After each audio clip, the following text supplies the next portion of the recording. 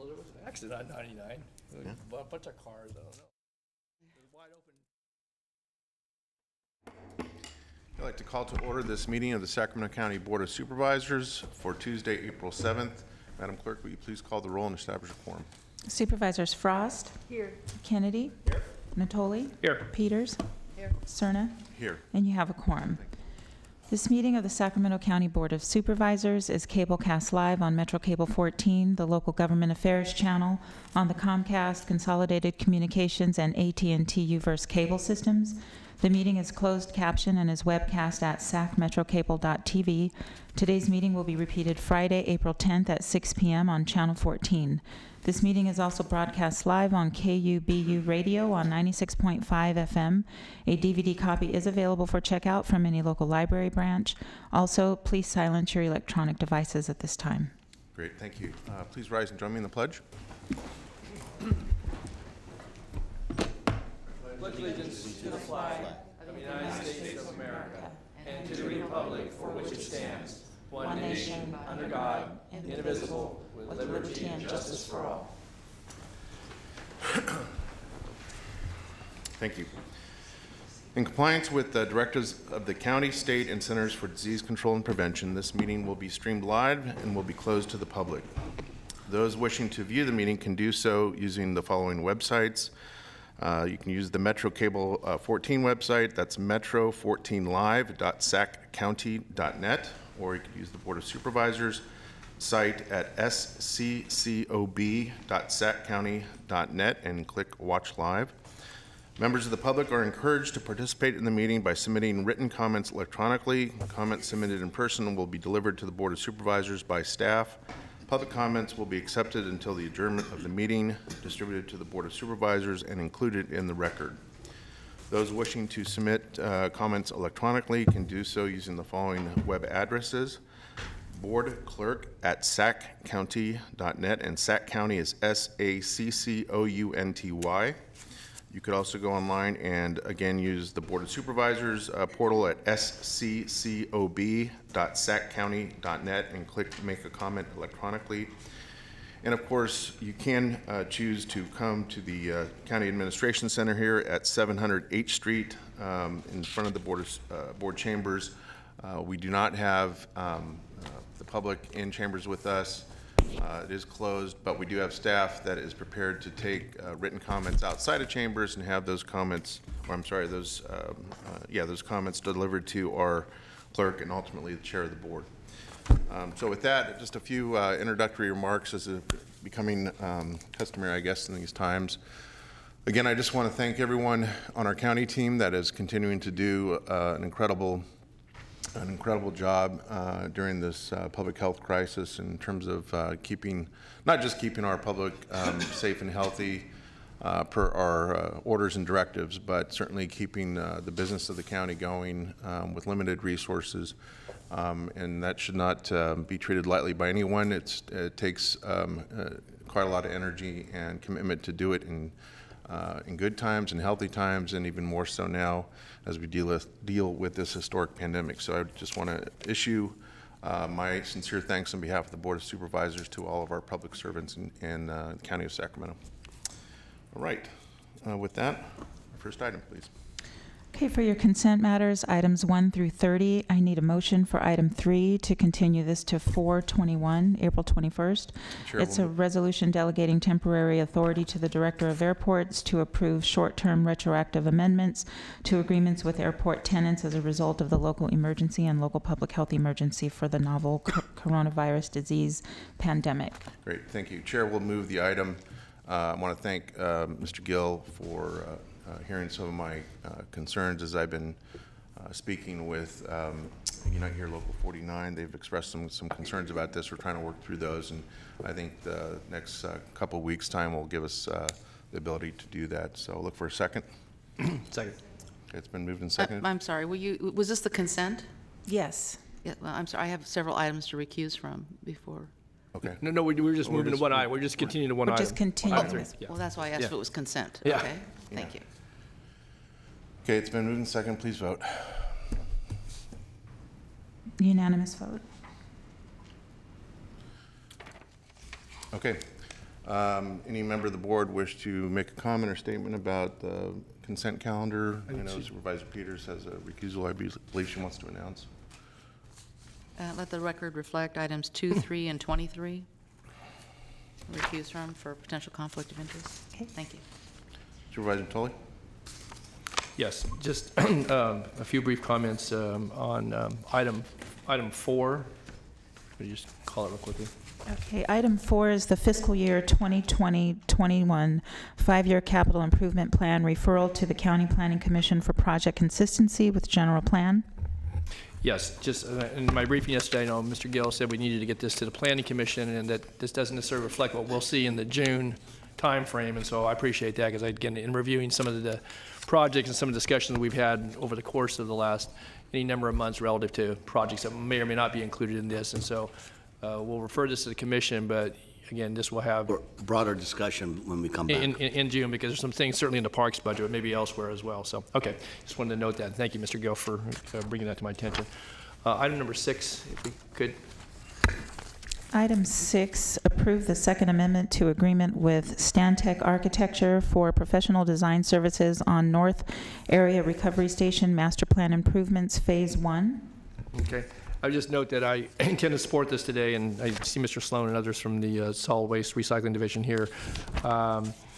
The addendum that we had went with today's agenda item did note that this is included in the adopted budget and that it's not contingent on any rate increases. I was concerned that we might be backing into some of the rate increase discussion, which is obviously going to get put over later today in the agenda item, so I'm prepared to support this today. So.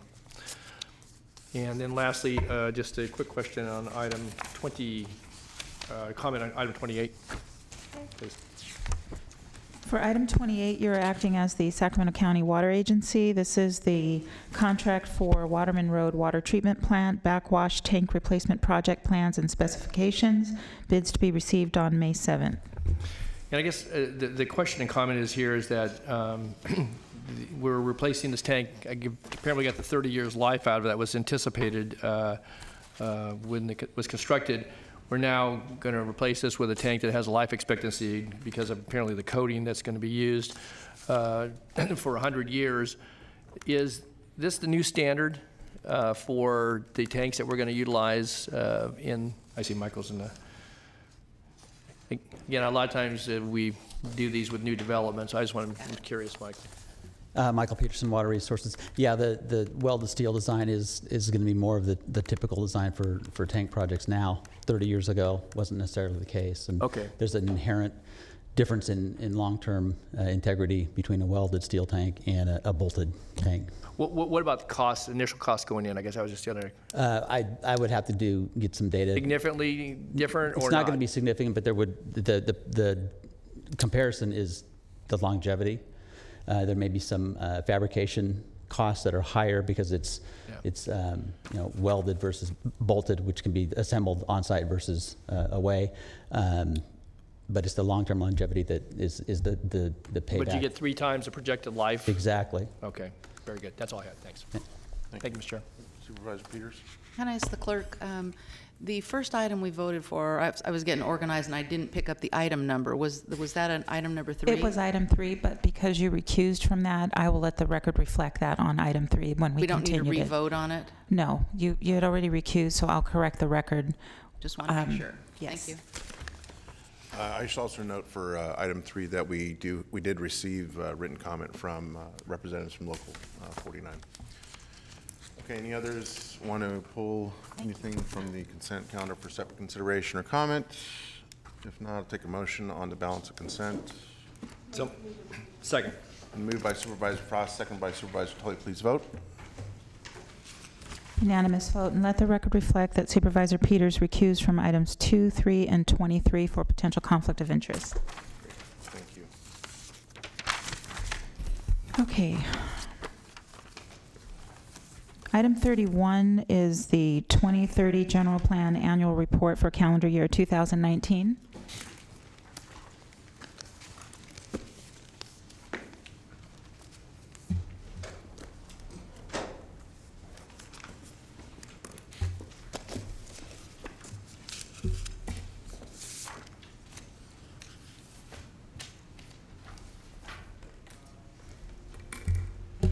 Good morning, members of the board. Leanne Moffett here to give the presentation on the annual report that we provide every year on the general plan. So starting off, first slide is a quick look back at last year of some of the major items that we worked on, including housing element implementation, the environmental justice element. As the board probably recalls, you adopted the new environmental justice element in December of 2019. Fairly significant accomplishment with the addition of a new element into the county general plan. The South Sacramento Habitat Conservation Plan was a big push for planning in 2019.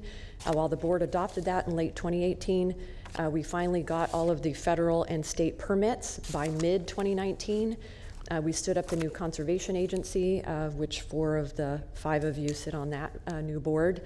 You hired an executive director, and so that is up and running, and planning staff are now able to issue permits for streamlining at the local level for the first time. And then I'm going to defer my remarks on the climate action plan because I think that's an item we need to, I'm going to need to cover in a little bit more detail. So I'm going to hold that off for some slides towards the end. Good, because I think we're going to have a lot of questions about it. I think so. So with regard to housing element implementation, we saw a lot of legislative changes with regard to housing, including a focus on accessory dwelling units. Your board has an item coming up on a future agenda talking a little bit more about some of those activities with regard to accessory dwelling units. Staff updated our vacant multifamily parcel list, which is both an implementation measure as well as a key activity that needs to happen leading into the update of the housing element, which we are also working on and will be back before your board later in the summer. There are a number of new grant opportunities. Your board has considered the Year 1 SB2 planning grants, and those are going to fund some efforts to increase our land supply through a rezone program and to streamline housing reviews, and there are some additional SB2 grants and some other LEAP and REAP grants that you will be seeing. This next slide is a key item that we have to report every year to State Housing and Community Development with regard to the progress on our housing element, how much we are producing in our housing element. As we report every year, it has been a bit slow going. We are not alone in this. The vast majority of California municipalities have struggled to meet their regional housing needs allocations, particularly coming out of the last recession. We have achieved overall 7 years into the 8-year cycle. The overall production has been about 32% of what was projected to be the demand in the RHNA. The biggest deficiencies are in the low and very low income category, hence a lot of the state legislation and focus on new funding sources to try to boost some of that production. We also see in our upcoming next cycle, which will be called the Cycle 6 housing element. Again, we'll be talking to you more about that in late summer and doing a much deeper dive on the housing element then.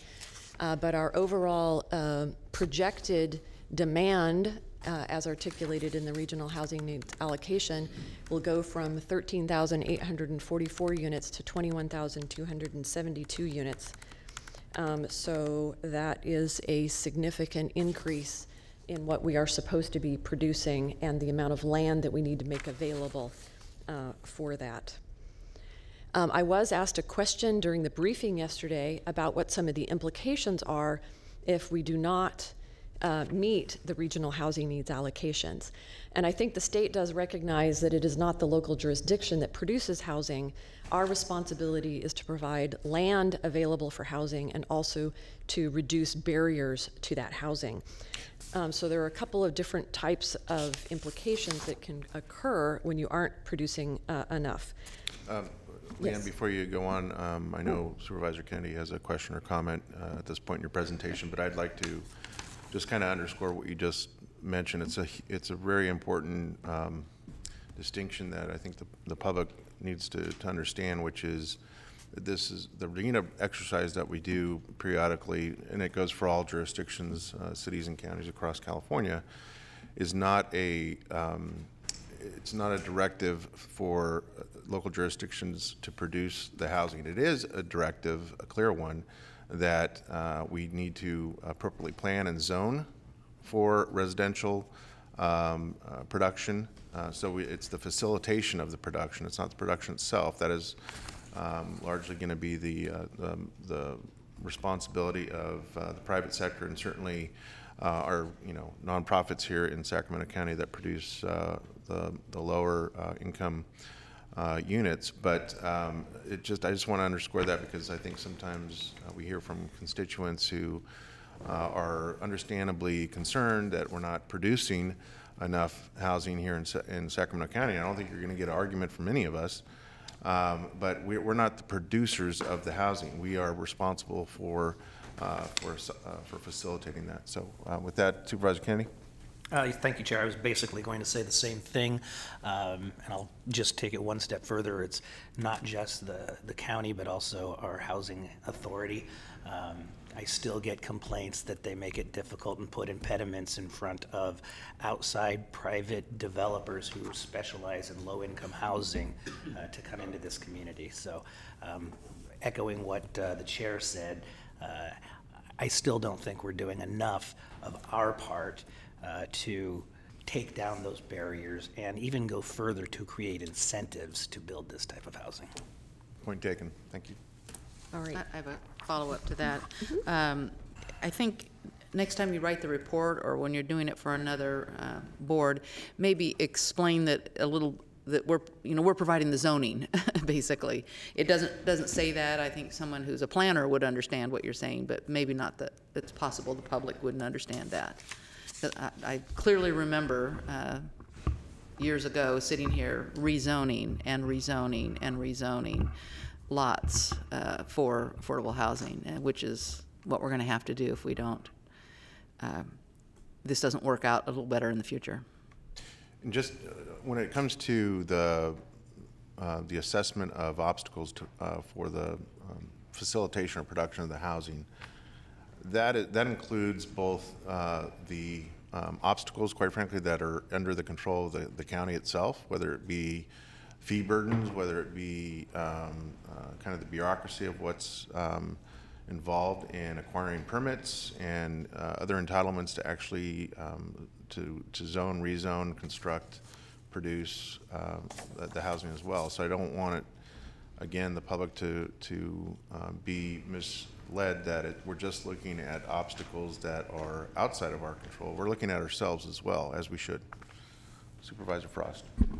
I just wanted to tag on to that and say I think the fact that we are not reaching our housing goals over time, and the fact that they're doubling and we didn't even reach the goals before should give us a clue or I mean, we should be thinking about what can we do to reduce the regulations and the costs and the litigation and the policy that's inhibiting or becoming an obstacle to housing. And it's this, even though we're just the zoning part of it, this is a sign to us that there's something wrong that we can do to improve our housing situation in California. All right, those points were all very well taken, and thank you for that. You're all exactly on point there. Oh, sorry, that wasn't on you. No, it's all that very was true. On the trifecta of failure in California, which is taxation, regulation, and litigation. The obstacles to housing. Thank you. All very good points. Didn't mean that for you. No, it's okay.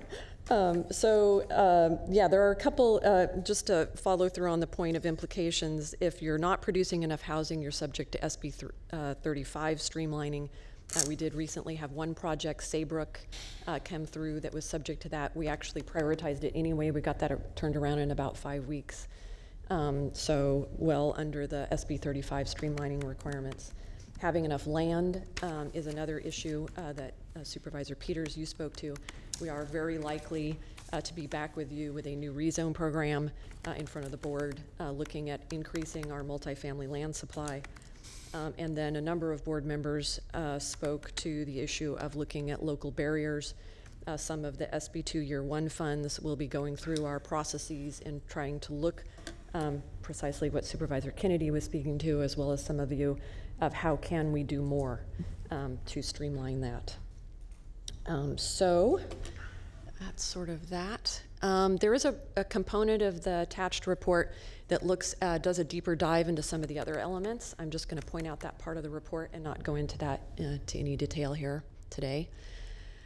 With regard to growth, I did want to talk just a bit about some of our overall land supply. A lot of what we have been doing is trying to increase that raw land supply. We have 3 strategies in the general plan. We have our vacant existing urban area as well as our commercial corridors. Those represent somewhere between 29 and 37,000 units, and we have a number of approved growth areas. That's about 50,000 units. So in our raw land supply right now, we have about 80,000 units, and much of what county staff are working on is trying to ensure that there is infrastructure and the right kind of zoning for housing to get out of the ground in the areas where we have those adopted master plans and those infill and corridor areas.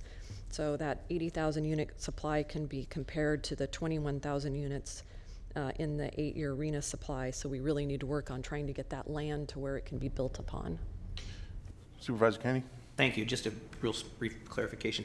It says the SACOG projection. Now that 37,230 is strictly in Sacramento County and not in the SACOG region, correct? That is in the yes, unincorporated county to 2040. Right. And there was also the prior number, which was the 8-year cycle, right, which is the 21,000. So yeah, there's 2 different numbers there. Leanne, could you speak up a little bit? It's very, sure. I don't know if the microphones are too far apart or what the problem is, but. Thank you. And Stay 6 feet away from. Okay. I'll try to project a little bit more. That's much better. Yeah, thank you. Thank you for that reminder.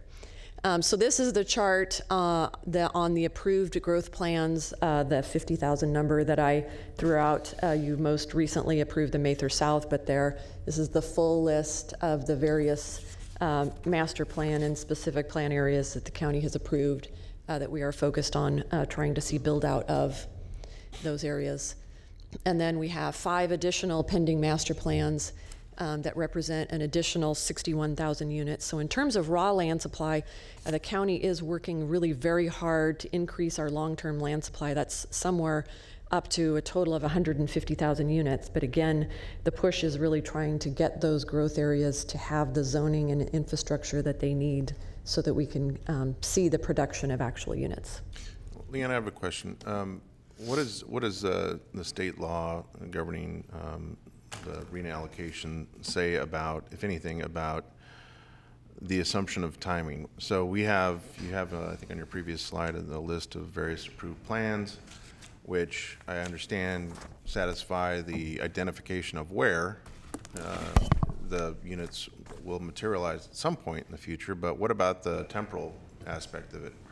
What does state law say about our assumptions as local jurisdictions about when those plan units will likely come online and actually satisfy the whole intent of state housing law?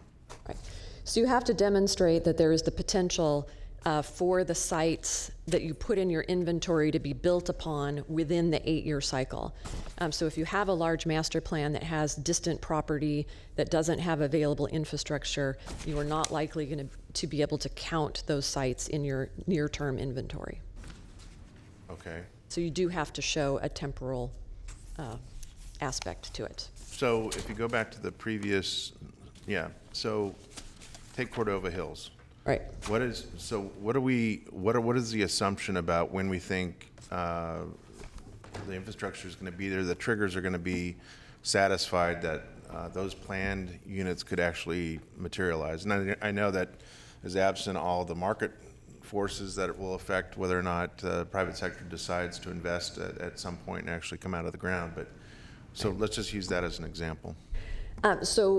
Staff will be before you in the late summer and fall with our actual inventory, and we are doing that analysis now, working with the various developers. But you are correct in assuming that there may be very little of a Cordova Hills type project that we can show in the inventory.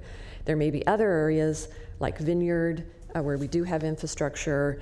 We see Easton moving forward. So there may be some sites that are more proximate to infrastructure where we are working with the development interests, and we know that within the next 8-year period, they are likely to be able to build. So that is part of our analysis on a site-by-site basis. Gotcha. Okay. Thank you. And it may be a mix within a master plan. Mm-hmm. You maybe have some edge areas of a master plan where you can assume sites and some fringe areas of a master plan where you cannot. So it's not all master plan or not. It's very geographic and site specific. So does that mean that because, I mean, you might have a project, a mass plan project that's at a scale that the full build out, and most are, the full build out is going to be measured in years. In some cases, decades, right? Yes. So you'd have maybe a portion of it that kind of quote unquote comes online and is countable within that 8-year time frame for some parts of the proposed development versus others, and those would subsequently be identified as coming online in that 8-year period at a later RENA exercise, correct? Precisely. Gotcha. All right, thank you. Okay, so the next slide touches on our priorities, and I am getting towards the end of the presentation here. Some of our 2021 priorities. We have the Re-Envision West Arden Arcade grant-funded effort that we are kicking off, trying to do our public outreach program, which is obviously a bit of a challenge in the COVID-19 era, so we are working on strategies to adapt there. Working on implementation, moving to implementation of the environmental justice element. I'm going to skip the CAP and do that very last. And then talk about the housing element. Again, we are also right now supposed to be actively working on our public outreach component of the housing element.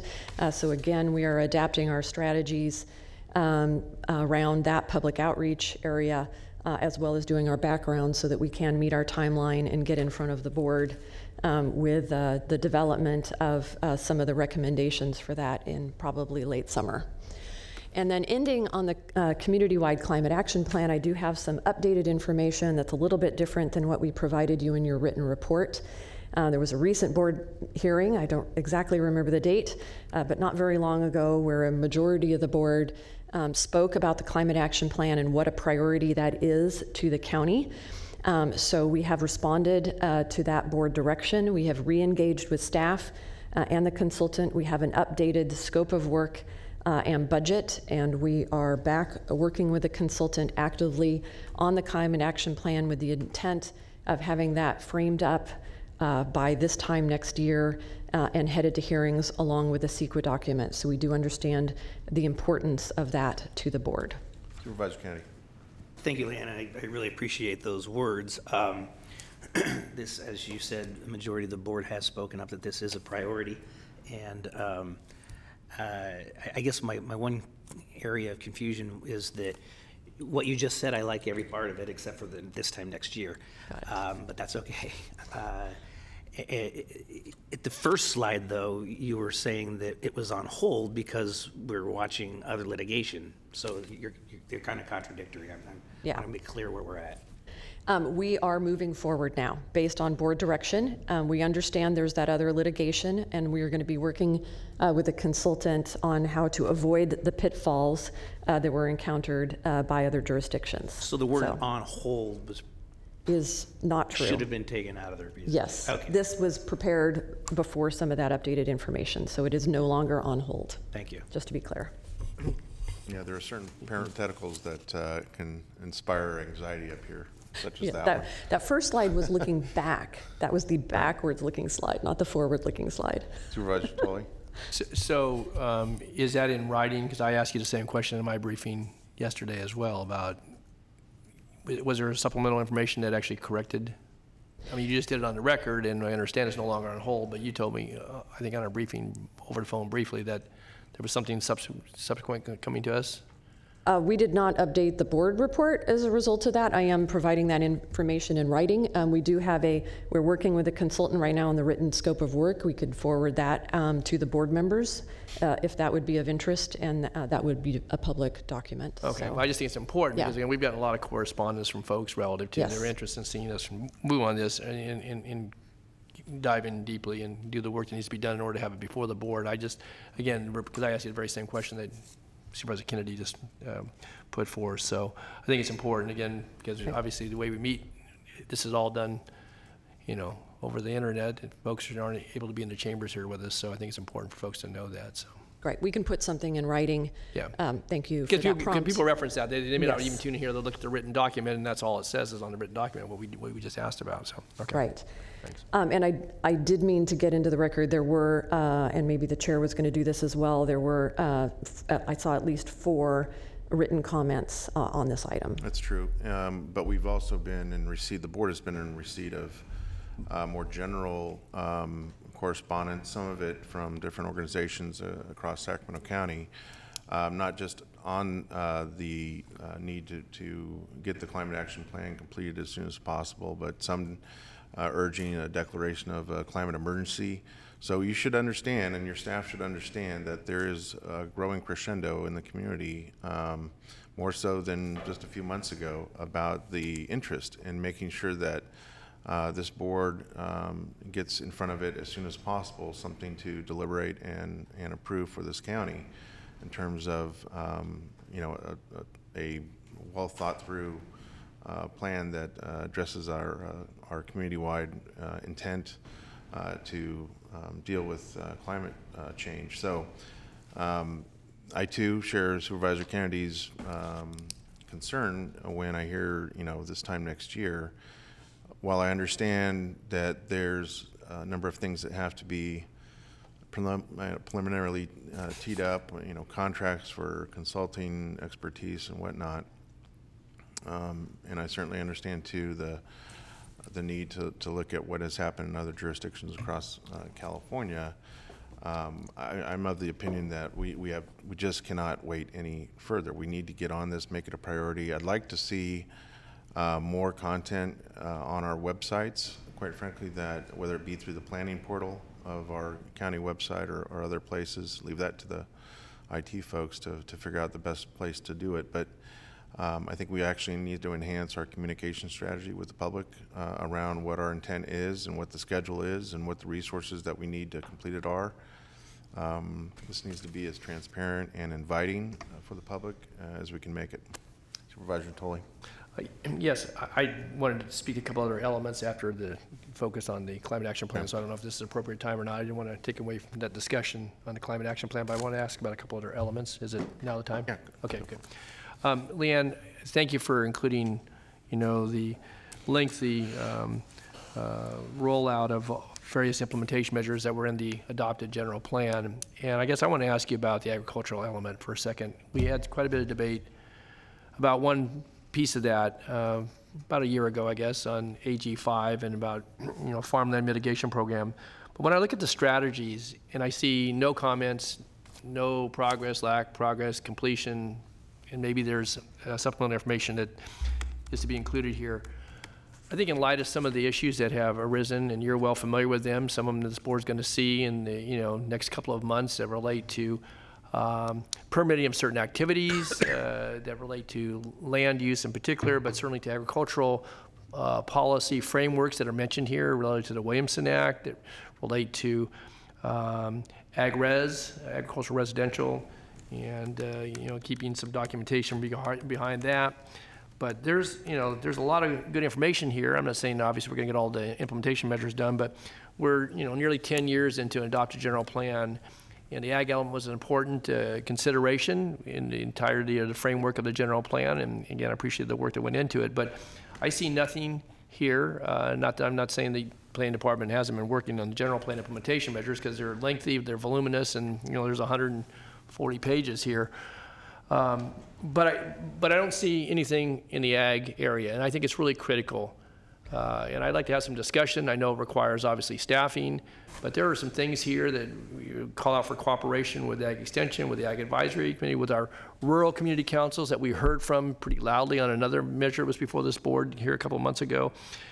And I guess I'd just like to see within the next couple of years some work in some of these areas, and maybe some of them no longer apply, as you've noted in some of the other sections with land use, that some of those, the law has changed, the role of SHRA, for example, has changed, and so when I see a number of these things, these are important. And as we get into the next general plan element and update, that's going to, it's going to happen soon enough. To say we haven't made progress in any of these areas or even noted in any comments, I think that's a serious deficiency. And I'm not saying that in a critical manner as much as I am, because there are other elements that probably have similar page after page of blanks behind that. So maybe you can offer a little insight, because maybe there's been progress that just isn't noted in these comments. I don't know. So what we were doing was we were basically tackling an element every year. And so just because we didn't do a detailed analysis of that element doesn't mean activity hasn't happened. Right. Because of the work it takes element by element, each year we've portrayed one new element and where we are in that, not all of them. Okay. So could we get agriculture element on your list? You may compete with other elements, and you may have other thoughts about that. So again, I'm not certainly dictating from this chair what you should or shouldn't do, but I find it important, and when I think about, the considerations that we talk about housing, about climate action plan, about,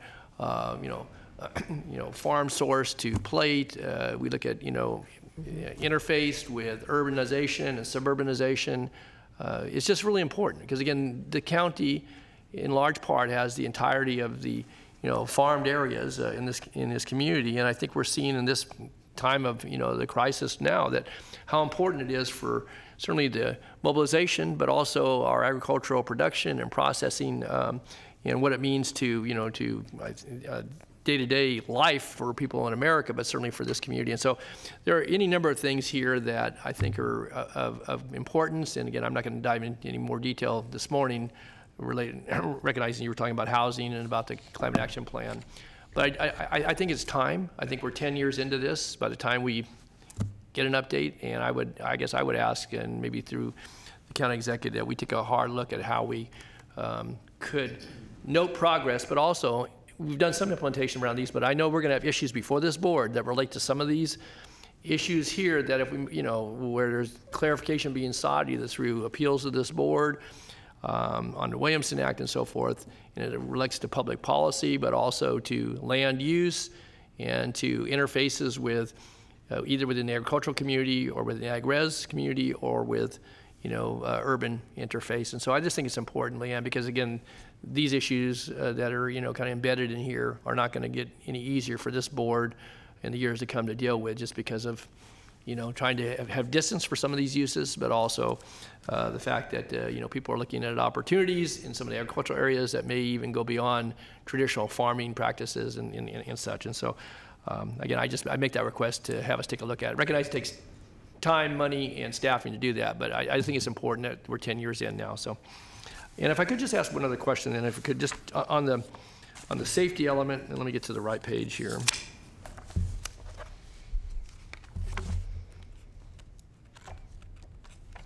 Sorry, lots of pages.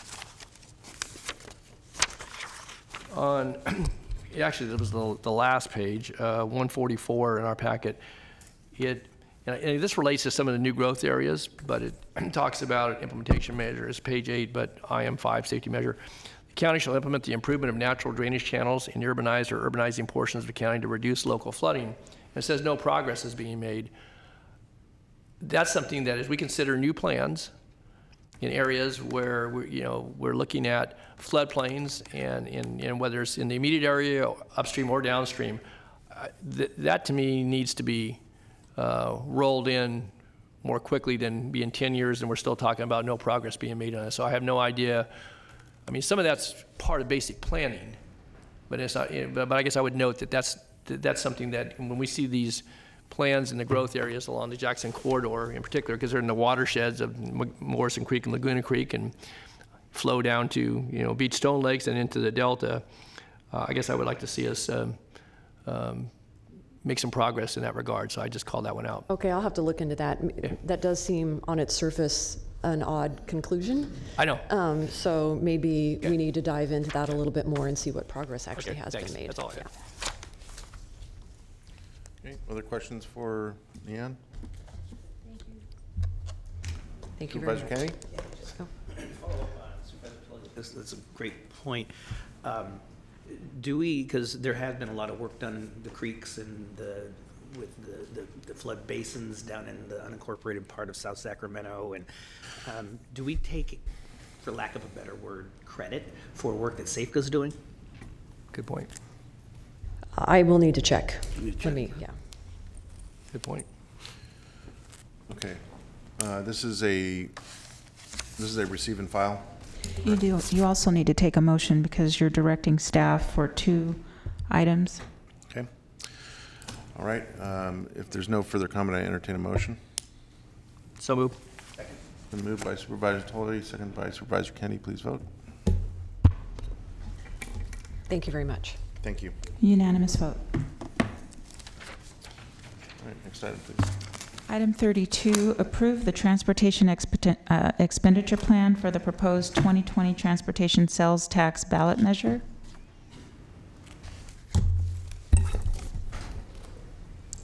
Good morning, Board. I am Rick Carter with SACDOT. The item before you seeks a resolution approving the transportation expenditure plan that was tentatively adopted by the Sacramento Transportation Authority Board for a proposed 2020 ballot measure for a new half-cent sales tax for transportation improvements countywide.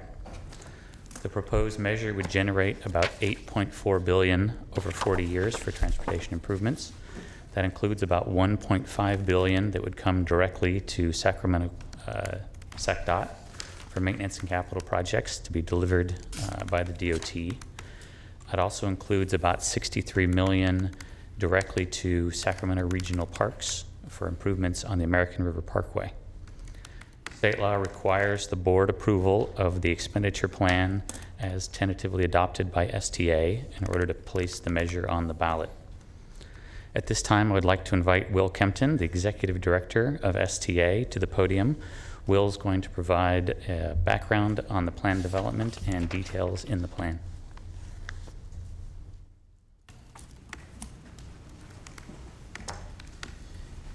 Thank you, Mr. Carter. Mr. Chair and members of the board, I'm Will Kempton, the Executive Director of the Sacramento Transportation Authority. And I'm appearing before you today to ask your approval of the proposed transportation expenditure plan, as Mr. Carter indicated, for a potential sales tax measure that would be presented to the public in November. And we're not asking you to vote on this issue or to place the measure on the ballot today. It's simply to approve the expenditure plan. I have a brief slideshow here that will help explain about our progress. In terms of putting this plan together, this effort has been underway for more than a year.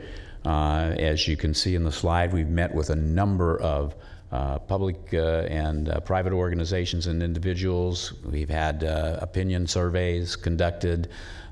We've held regular meetings with the Professional Advisory Group, which is a group of public works directors and other senior staff from the county's recipient agencies. We've held detailed meetings with an ad hoc committee of the board, and we've conducted 5 public board meetings as part of this process to build the plan. The process, as most of you know, requires the support of the majority of the cities representing a majority of the incorporated population in the county, plus the Board of Supervisors. The STA's Board of Directors, and you all sit on the STA board, has voted to present this expenditure plan for approval by the local jurisdictions in Sacramento County. And after consideration by the local jurisdictions, the Board of Directors at the Sacramento Transportation Authority must adopt an implementing ordinance by a 2/3 vote. That vote is scheduled to take place on May 14th. The Sacramento County Board of Supervisors, by a majority vote, would then presumably place Measure A on the ballot. The measure must be approved by at least 2/3 of the electorate in order to go into effect. The next slide is a brief overview of the $8.4 billion over 40 years, which we estimate would be raised by the sales tax program. You can see a significant amount going into local streets and roads, but also a substantial contribution to rail and transit as well. The total again being $8.4 billion. Now, this next slide is something that we asked our consultants to put together. In earlier discussions, everybody seemed to want to focus on the direct allocations that would be coming to the jurisdictions. And here in this case, as Mr. Carter has indicated, about $1.5 billion of direct allocations, $1.3 billion for the local street, road repair, and transformational system improvements, and about $236 million for local projects of regional significance. But there are benefits of all of the other items as well. We wanted to estimate those, and our consultant staff put together this estimate, which shows, on the basis of the assumptions that they have made, that the county would receive about $3 billion in benefits over the life of the program. These next 4 slides are the local projects and programs that your staff has included as eligible projects under the local streets and roads and transformative system improvements category that totals $1.3 billion. I won't go through all of them, but they are a significant number of projects that the county is working on. And remember, we're talking about a 40-year program here. So over the life of this program, there are going to be a number of projects that will be worked on. In addition, I would add that the expenditure plan does include the provision that's actually included in the ordinance for amending the plan every 10 years, or at least considering amendments based on the fact that circumstances can change, and 40 years is a long time. So I think that's a positive feature. That feature was also included in the existing Measure A program, and we've just celebrated our first 10-year anniversary for that program. I also have provided for you a copy of projects that are in the local projects of regional significance. That was a part of the handout. And then I provided a summary of the benefits of the Sacramento County Measure A Transportation Sales Tax Expenditure Plan. And I just wanted to assure you, we're very mindful of the disruption and the uncertainty caused by the COVID-19 pandemic. The toll on individuals, families, the economy, and our quality of life has been really unprecedented. However, our effort began with a goal of planning for the future of Sacramento County, and we believe we should continue to take the steps to move closer to that goal in spite of the current situation. At some point, it may be necessary to set aside this effort, but in the meantime, we are moving forward. In addition, we know that large-scale infrastructure programs can have a very positive impact on the economy. And over the next few months, we will be working with transportation stakeholders in Sacramento County to propose a package of improvements that can be implemented immediately if voters approve this measure. And this measure can help get the county's economy moving again once we have defeated this virus. So with that, Mr. Chair and members, we request your support for the resolution to approve the Transportation Expenditure Plan for the proposed 2020 Transportation Sales Tax ballot measure. I'm happy to answer any questions. Great, thank you, Will. I know we have at least a few members of the board that have questions or comments here. Before we get there, though, let me just express my thanks as a member of this board and STA for all your work and your staff's work to get us to this point. I know it has not been an easy thing to do, and certainly want to make sure we appropriately thank everyone who's got us this far. So with that, Supervisor Kennedy. Thank you, Chair. Yeah, I'm not going to go into the expenditure plan itself. I think we've all seen it 3 times at least, some of us more. And I do want to also thank Will for stepping in when you did. And you certainly didn't see everything you were going to face. The one point I wanted to make, though, is we do talk about the effect of the current crisis and how that could affect anything going forward in November. And we don't even know how we're going to vote necessarily in November at this point as a nation, as far as the mechanism of voting. But we're going to do repetitive polling on this issue between now and then, so we will know before it comes to this board whether or not to put it on the ballot of how it's looking poll-wise. And when I say we, I don't mean the county. I mean STA and also outside agencies or organizations.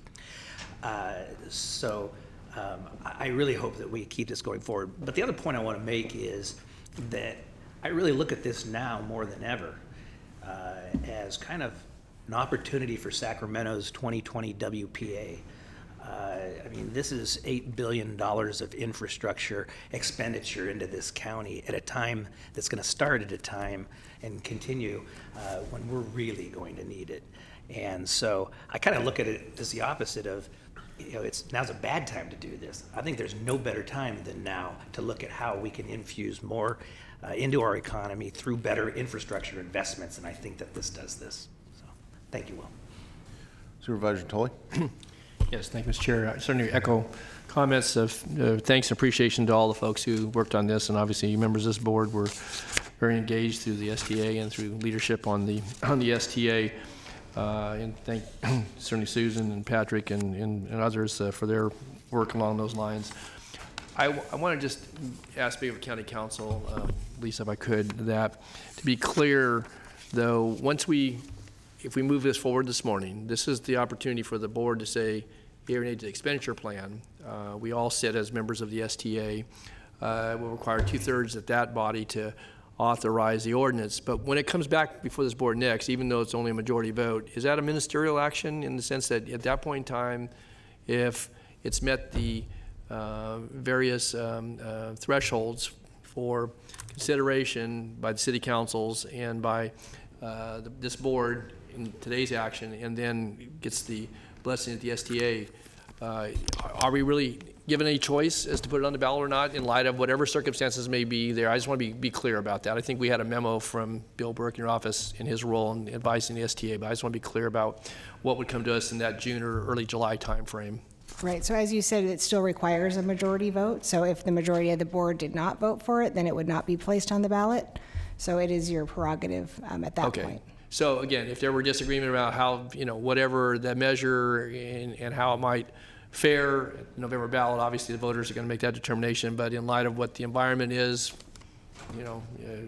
launching from today until whenever we next consider this, the board still has the authority then to say yes or no to whether to actually place it on the ballot in light of everything else that's transpired. So that's right. All right, thanks. That's all I need. Supervisor Peters. Thank you. Well, it's nice to see you. We've all worked really hard to get it to this point, and I think Supervisor Kennedy and I have had meetings almost for 2 years out in the community, asking them what they want, and those thoughts are reflected in the distribution here.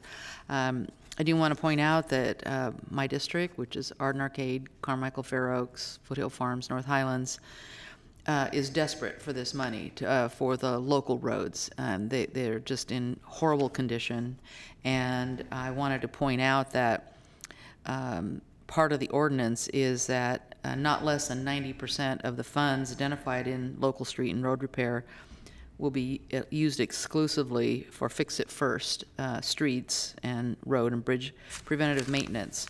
So we're trying to get up to a PCI of 70%, and that'll take time, but it's a good goal, and I think it's going to be really helped by having the first 5 years focused on fix-it-first.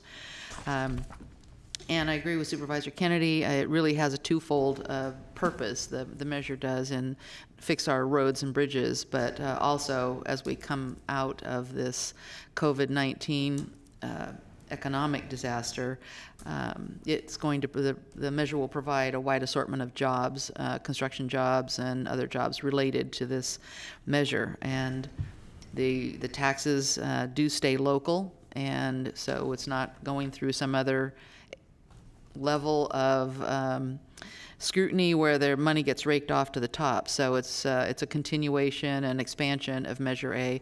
It also pretty much doubles the amount of money going to the American River Parkway, if I understand it correctly, and many other things too. So it will be ultimately up to the voters, and I have, at this point in time, we haven't done any polling we did polling to get it to this point, but certainly we haven't done any since the COVID situation. So we shall see what happens when we go forward, but it'll be up to the voters to decide whether they want to fix the roads and provide jobs. Thank you. Supervisor Frost. Thank you. First, I want to say, Will Kempton, thank you so much for your professionalism and for all your hard work in herding the cats of STA board. I know it's been a a long, I guess, 6 or 9 months. And there's been a lot of work that went into it, a lot of conversations. I know there was an ad hoc committee that even put extra time, so appreciate all that you've done. I think I agree that now more than ever is a time for us to focus on our priorities with delivering excellent services, and roads is one of those things. And that's been a big priority for my constituents and for everyone, frankly. And I think over time, as we've had these conversations, we've had the public meetings and the polling, one of the bright spots in our conversations over the months for me was that, you know, I could see a path where the voters would actually be willing to help us by voting for a tax increase if we did what they felt they wanted us to do. And what I saw in the polling and the feedback that I got from my constituents was that they want to see the roads fixed. They want to see that the money is going to be spent the way we said it was going to be fixed. They want congestion fixed. There were other priorities: safe routes to school, making sure seniors get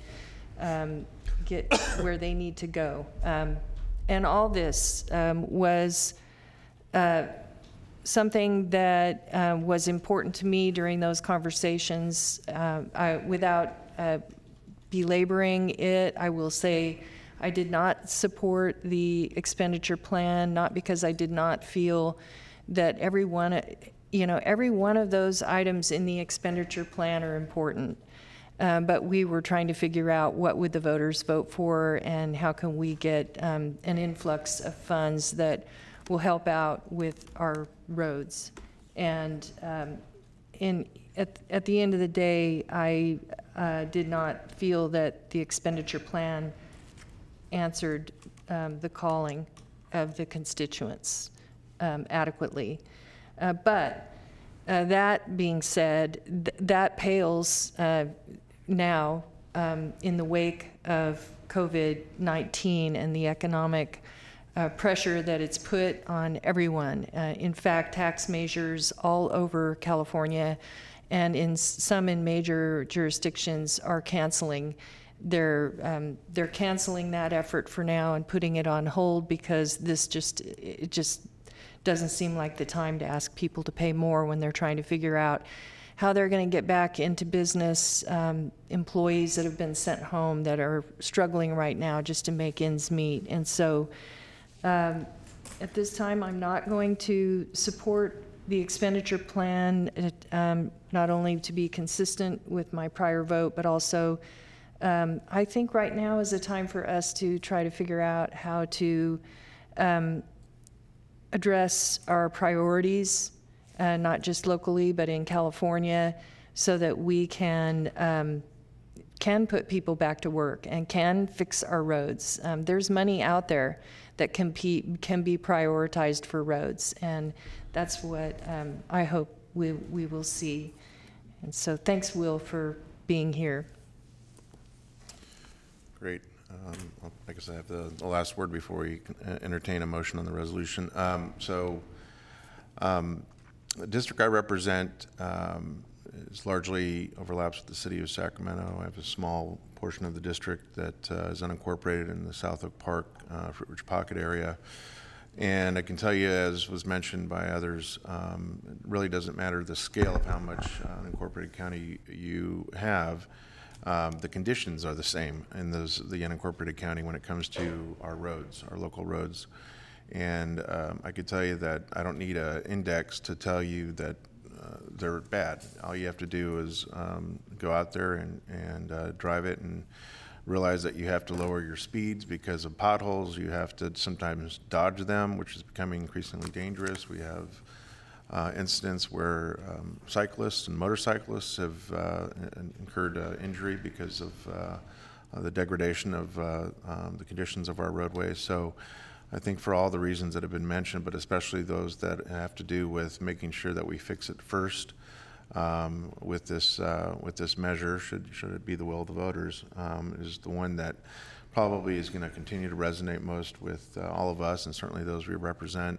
I do agree that we're going to have to reassess once we're past the current crisis, all the things that we can do to help inspire economic growth in a way that we've really never had to do before.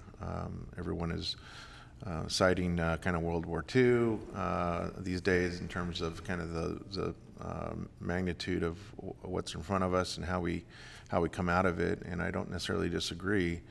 But I think having the kind of public works initiative that this represents in front of this county and in front of the jurisdictions within the county certainly gives us some hope that we can put people back to work as soon as possible, and at the same time make sure that the public get the condition of roads that they deserve. So thank you. Supervisor Kennedy. Sorry, I just wanted to, I somewhat misspoke when I said $8 billion into the local economy. That's not taking into account all of the dollars that will come in from the federal and state government as matching funds, which we wouldn't qualify if we didn't have this. So we're talking, many more dollars than $8 billion in this economy. You have the floor. Do you want to make a motion? I would move staff recommendation. Second. It's been moved by Supervisor Kennedy, second by Supervisor Peters. Please vote. And the motion carries with Supervisor Frost recording a no vote. Great, thank you, Will. Thank you, Mr. Chair and members. I do want to make mention too, we did receive one electronic written comment for item 32, so please let the record reflect that. Okay, item 33, provide authority to accept available federal, Sacramento steps forward and City of Sacramento funding for purposes of addressing the COVID-19 public health crisis in Sacramento County and seek approval to implement the plan developed by the COVID-19 Homeless Task Force. Good morning. Good morning. Bruce Wagstaff, Deputy County Executive. Thank you, Flo. Glad to see you are all well. Likewise. And thank you for your time this morning. If I may, I would just like to start out by doing a very strong shout out and thank you to the team that we've had working on this homeless plan that is before you today. Throughout the county, you've had employees, as you said, Mr. Chairman, devoted to addressing this crisis. But I can tell you this team that's put this plan together has been working day and night, 7 days a week over the last several weeks to develop this plan. And I just wanted to make that mention that as it relates to your staff, we're talking about certainly Cindy Kavanaugh, Ann Edwards and her staff, Eduardo, Julie Fields and others, Dr. Bielenson and his health staff, our PIOs who have been very much involved in this, Steve Cantelmi, of course, as well as the city, who, by the way, is taking up this plan this afternoon at 5 o'clock. We've been in close partnership with them, Sacramento Steps Forward, and SHRA. So those of you who are listening and watching, and I know you are, thank you very, very much for all your work on this. Bruce, thank you for doing that, because I know, we're being inundated with, it's understandable, we're being inundated with questions and suggestions and comments and better mousetraps for this, that, and the other, which is all very much appreciated. And I think in normal times, outside of a crisis, I think some second guess what we may be doing in terms of planning for anything, but especially homelessness, because that is obviously something that's at the forefront of a lot of people's minds outside of this crisis. But I think you beginning your presentation by rightfully thanking and acknowledging the people that have been doing yeoman's work to get us this far is very much appreciated by this chair and by the members of the board. Yeah. I hope it resonates with the public that we want to do this thoughtfully. Right. And if we had our druthers, it would be thoughtful and it would be immediate. But that's not the case. We have to spend just a little bit of time making sure that what we're doing is going to be effective and is going to, satisfy the intent. So I appreciate you saying and acknowledging what you just did. Right. Well, Mr. Chairman, on your point, the team has experienced a lot of pressure from various places, but I have to tell you, they've been keeping their eye on the ball and trying to get as fast as they can to this point. And we have done efforts. We've placed people in motels using our regular voucher program. You gave us authority last week to move forward to leases. And I will just offer this too, that we've all worked on a lot of emergencies. I certainly have, disasters. None to compare to this one, certainly. But what I've seen happen is under pressure, people making, in the interest of almost just optics, taking steps to do something quickly that you regret. And really, once you have your overall act together, you regret that you worked so quickly. And I know somebody was telling me the other day that there's one county that in a rush to put people in motels, homeless motels, they're actually in a situation where they're pulling them out. Right. Because they weren't ready. And so I wanted you to know that we have been doing stuff. You have this very comprehensive plan in front of you. It's attached to your board letter. But I really thought it was important to acknowledge that. This is absolutely not about looking like we're doing the right thing. It's about actually doing the right thing. Thank you. So this team has been working together, and I'm not suggesting this is the first time that's occurred. We work together all the time, every day. But certainly during this period, you've seen the intensity of this partnership, where the expertise has come together to develop a good plan, as well, though, very importantly, the funding that is coming to different jurisdictions, the city, Sacramento steps forward, us, continuum of care. We've pulled together to develop this plan.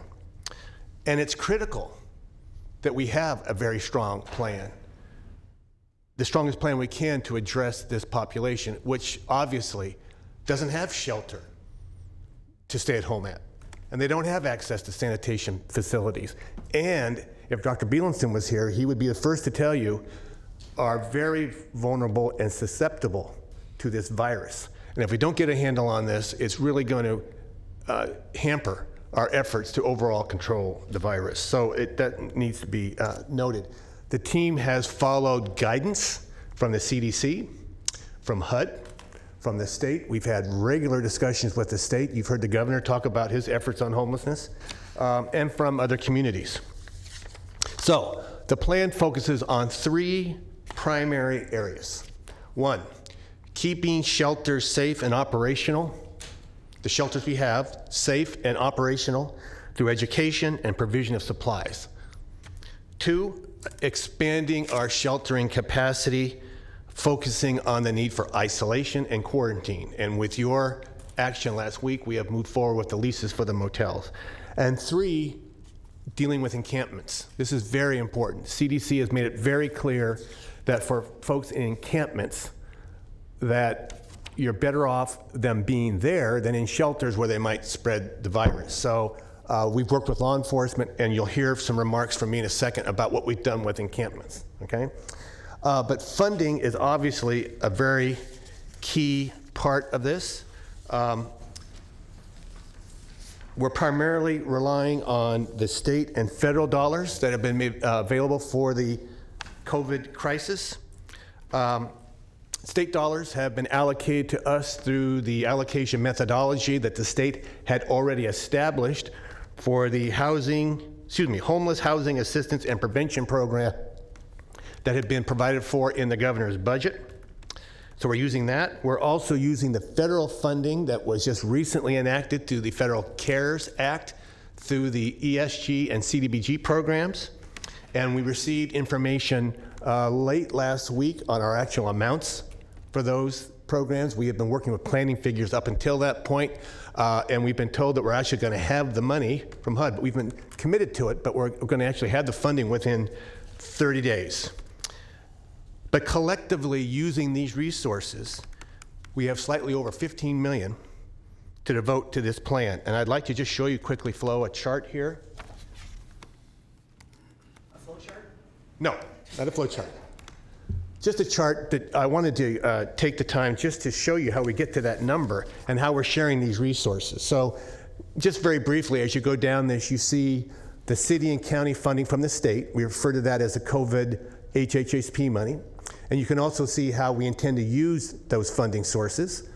You also see the continuum of cares state money, and then followed by that you have the ESG and CDBG amounts that are going to both the county and the city. The continuum of care is making available, redirecting some previously allocated HEAP funding to the tune of about $1 million. And then in order to get ahead of the line to get sanitation supplies, Dr. Bielenson has provided $250,000 out of his budget, which he's been assured, we've all been assured, is going to be reimbursed for purposes of the sanitation that's going to be provided at the encampments. So you can see through this chart just how much we have, what it's to be used for, amounting to that just over $15 million that we're collectively planning for the use of. Now, one more time, sir? You send that to all of us? Yes, I'll absolutely do that. It's in the report. It's in the report, but well, actually, Supervisor Natoli, what's in the report highlights what the county's getting from the other jurisdictions. To get you to 15 million, you have this. So I will absolutely do that.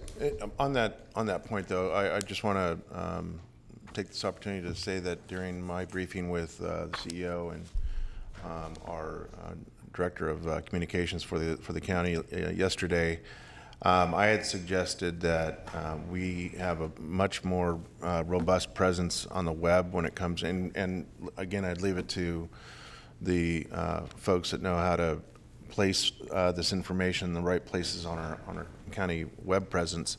But I think this is exactly the kind of information that we need to make very transparent with the public and the media, so that they understand not just the dollars, the investments that we're making from different sources, but so that everyone has just a better understanding of general resource base that the county is using and using swiftly to, to shelter folks, to provide the sanitation, to do all the things that they would expect us to do.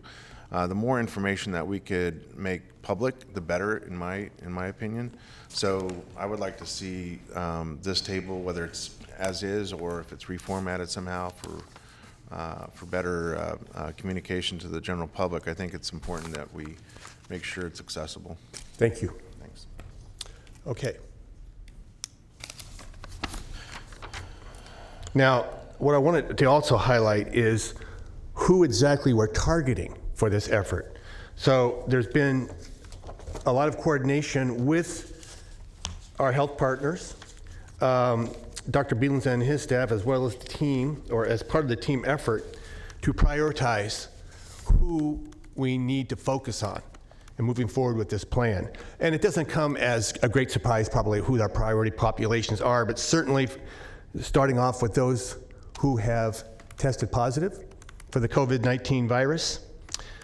Secondly, those who are presumed to be positive. They've either been tested, they're waiting for the results, or they've been exposed to somebody who has proven to be positive. And then, of course, we move into our vulnerable populations that you've heard us talk about before, those who are 65 years and older and have pre-existing health conditions, or those who are 65 years and older who do not yet have the symptoms, or those with pre-existing conditions who do not yet have the system. So we've gone through an effort here to prioritize who our populations ought to be that we direct into these different opportunities. Now, specific efforts here. With respect to the shelters, and this is highlighted in your board letter, and it's certainly explained in the plan that was attached to the board letter. With respect to the shelters, the focus, as I said, is to be able for them to stay open and have shelters that can serve as referral sites for those in need of isolation or quarantine. So for starters, we've already taken steps at the North 5th Street shelter. I've mentioned this to Supervisor Cerna in the past. We've expanded that facility by about 40 spots for vulnerable persons. We're also looking at the North A Street shelter and as our scattered site shelters for this purpose. We are working to provide personal protective equipment for shelter staff, which, as you know, if you've been watching the news, this is an issue nationwide, trying to get this PPE for our staff. Steve Cantelmi has been terrific working with us through the OES to try to get this, but we're working to get personal protective equipment for shelter staff. And the team is meeting weekly with shelter providers to provide technical assistance on complying with the CDC guidance, on explaining the protocols that have been established for assessing persons' health upon entry into the shelter. For example, taking their temperature, does a person have a consistent cough, that sort of thing. Certainly discussions about social distancing, and to support the referrals to the sites we've setting up for isolation. Sacramento Steps Forward is actually continuing a training effort this week with the shelters on all of those things, in particular on the referral process. Excuse me. So that's for the shelters. With respect to expanding our capacity for our priority populations that I just explained, as you know, we're using motels that we've made arrangements for throughout the county. And starting last week and going through this week, we're getting trailers from the state that are being placed at Cal Expo. So we have both the motels and those trailers. Now, when you look at these opportunities, these sites, they break down into two categories. First, what we call our medically supported isolation care. In other words, this is for our top priorities, those populations that are proven to be with the virus, have tested positive, or we highly suspect they are going to get the virus. And so at these places, we're going to have a provider, but we're also going to have on-site medical staff that Dr. Bielenson has arranged with UC Davis. Then you're going to have sites that what we call our preventative quarantine units. So these are folks lower down on the priority scale. They don't yet have the symptoms, but we want to get them in a safe spot. So you have those two categories. Now, DHA has identified motel sites with over 1,100 units, 1,100 rooms have been scheduled. We have motel owners who are willing to participate to the tune of 1,100 rooms. Now, remember what I said last week. The plan here is to gradually use those rooms so that we aren't paying for beds that we're not filling, right? So we have a motel that we are executing a contract with effective tomorrow for 116 units. So basically the process is you do this. I'm going to talk about outreach in just a second here, but you fill that up, or to the point where you're getting to the point where you're filling that up, then you take a movement towards your next motel. So we're working on a graduated effort here to actually use that capacity, but we have 1,100 rooms at this point. And by the way, the effort continues, but 1,100 rooms that we can start moving people into immediately, okay? As I said, we have a contract just about ready to go for that first motel. We have a contracted shelter provider with medical support. Now, for these ones where you don't have actually sick people in, remember I had the two categories, we're going to have medical guidance available at this point through telephone for consultation with the provider we have on site so that we can help out with those units. Okay. I just wanted to emphasize too that DHS, Dr. Bielenson's department, has developed and is continuing to develop necessary protocols to address the medical roles in both sets of those locations and ongoing health monitoring. There will be on-site security. DHA is expanding its contract that it has with a private security provider.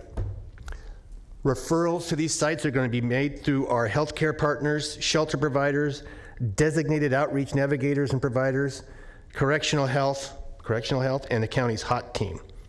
One of the key challenges that we're still actively working on, and I'm going to talk about challenges in a second, is transportation to these sites. As you can imagine, you have to be concerned about the well-being of the drivers, of the passengers, as well as the vehicles. So we're having discussions with our health partners and others, and with the providers to nail that down. That third area that I mentioned is encampments. Now, the CDC guidelines are very clear on dealing with encampments, and we're following those guidelines. It involves sanitation facilities. So we have on order up to about 100 units, as I recall, of sanitation, some of which are being rolled out this week. I forget how much, but we're rolling that out effective this week into the encampments. You're talking about porta potties and sinks and for hygiene. Also providing meals.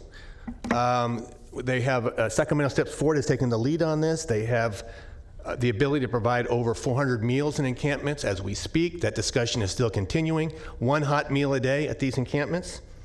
We have just under 40 outreach workers from the county, from Sacramento Steps Forward, from Sacramento Self-Help Housing, and Sacramento Covered to provide the kind of outreach that we want to do with the encampment residents. And we have arrangements lined up with the UC Med School to provide health services for folks in encampments. So that is very much underway.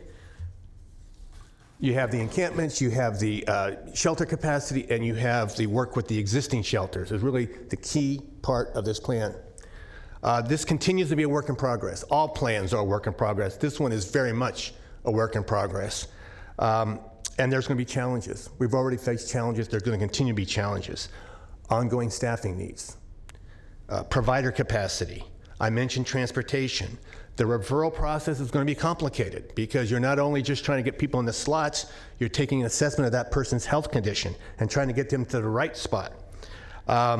Coordination with the broader response effort is obviously an ongoing challenge, but something we're very much focused on. And something that I will add to the list that I mentioned last week. We've been focused on a ramp up for this plan. We've also got to have discussions and prepared for a ramp down of this plan. This funding that we have is for the COVID crisis. So we have to have discussions about how we actually wind this down. What is our exit strategy for this? And I'll have more to say to you about that. There's discussions underway about that as we speak.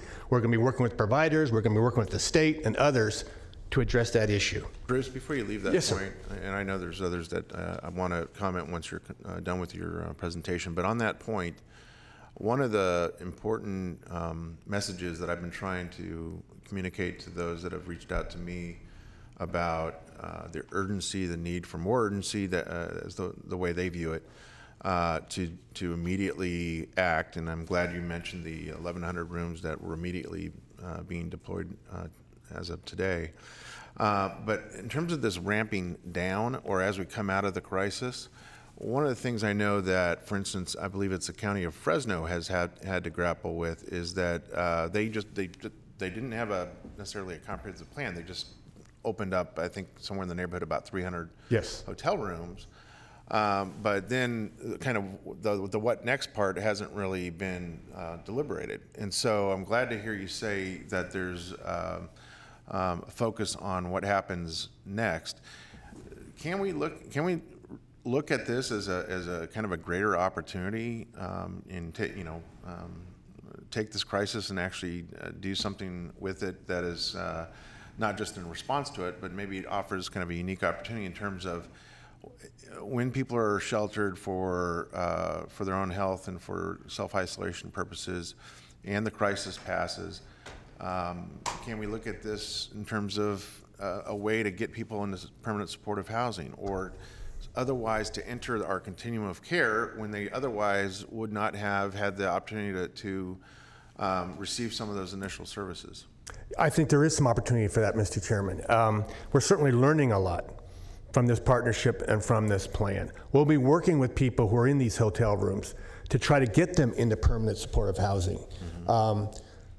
And we're also, I should say, in close contact. Ms. Kavanaugh was on a conference call today with the other counties, talking about their strategies, comparing notes, comparing best practices. So it is a learning process. I think we can take a lot away from this to help us address the larger homeless problem. Mm-hmm. I'm just clarifying, Mr. Chairman, that the funding we have is for this purpose. I get it. And we have to be cognizant of that. No, absolutely. I understand that. I don't want anyone violating the conditions of the funding. But I also look at this probably similar to the way most of us do, is that if you have this unique point in time where you know, regardless of why they're being stabilized or have the opportunity to be stabilized with shelter and with some services, why not use that as we come out and look at other resource bases that are not necessarily tied to the health crisis, and use it as an opportunity to you know, treat it for what it is, which is, you know, this point in time where people are in a different condition, one that's much better than if they're on the streets or on our riverbanks, that, you know, when they're out in the elements, perhaps they are suffering alcohol and drug dependence, perhaps they're suffering mental health challenges, and if we're able to kind of stabilize that circumstance and then use it coming out to offer them what we might have a greater challenge doing otherwise at the end of the crisis, let's take advantage of that, right? You bet. Okay. Thank you. Supervisor yes, Peters, did you want to wait to the end? I can. I have a number of questions, so. I can wait to the end, Okay. too. I'm just wrapping up, if I may. I just wanted to recap the schedule here. Please. And next steps. Now, I've mentioned this, but I just want to make sure that we're all clear on this. So we're ready to go on the motels. And effective Thursday, we think we're going to start moving people into that one motel that I mentioned that has 116 units. The trailers are arriving as we speak at Cal Expo. The intent is to be able to use them by around the 10th, I believe, which is just a couple days from now. There were some questions from State OES yesterday that Dr. Beanson's staff is connecting with them on to make sure we can work through that. The sanitation supplies are on order. They're arriving now. They're being displaced as we speak. We've worked very closely with Les Bellis and with city contacts in terms of where we ought to place those facilities, so that is underway. So this plan is ready to roll, and we're ready with your approval. Certainly, we know that you have to weigh in on this, but I would kick myself later if I didn't say that this team feels very strongly that, for example, with the use of the CDBG and ESG funding, so this is the way we ought to use it to address this crisis, because if you don't get a handle on this homeless population, as Dr. Beelenson says, using a medical term, we'll get hammered. Yeah. So we've got to do that, and I'd be happy to take your questions. Okay. Supervisor Peters?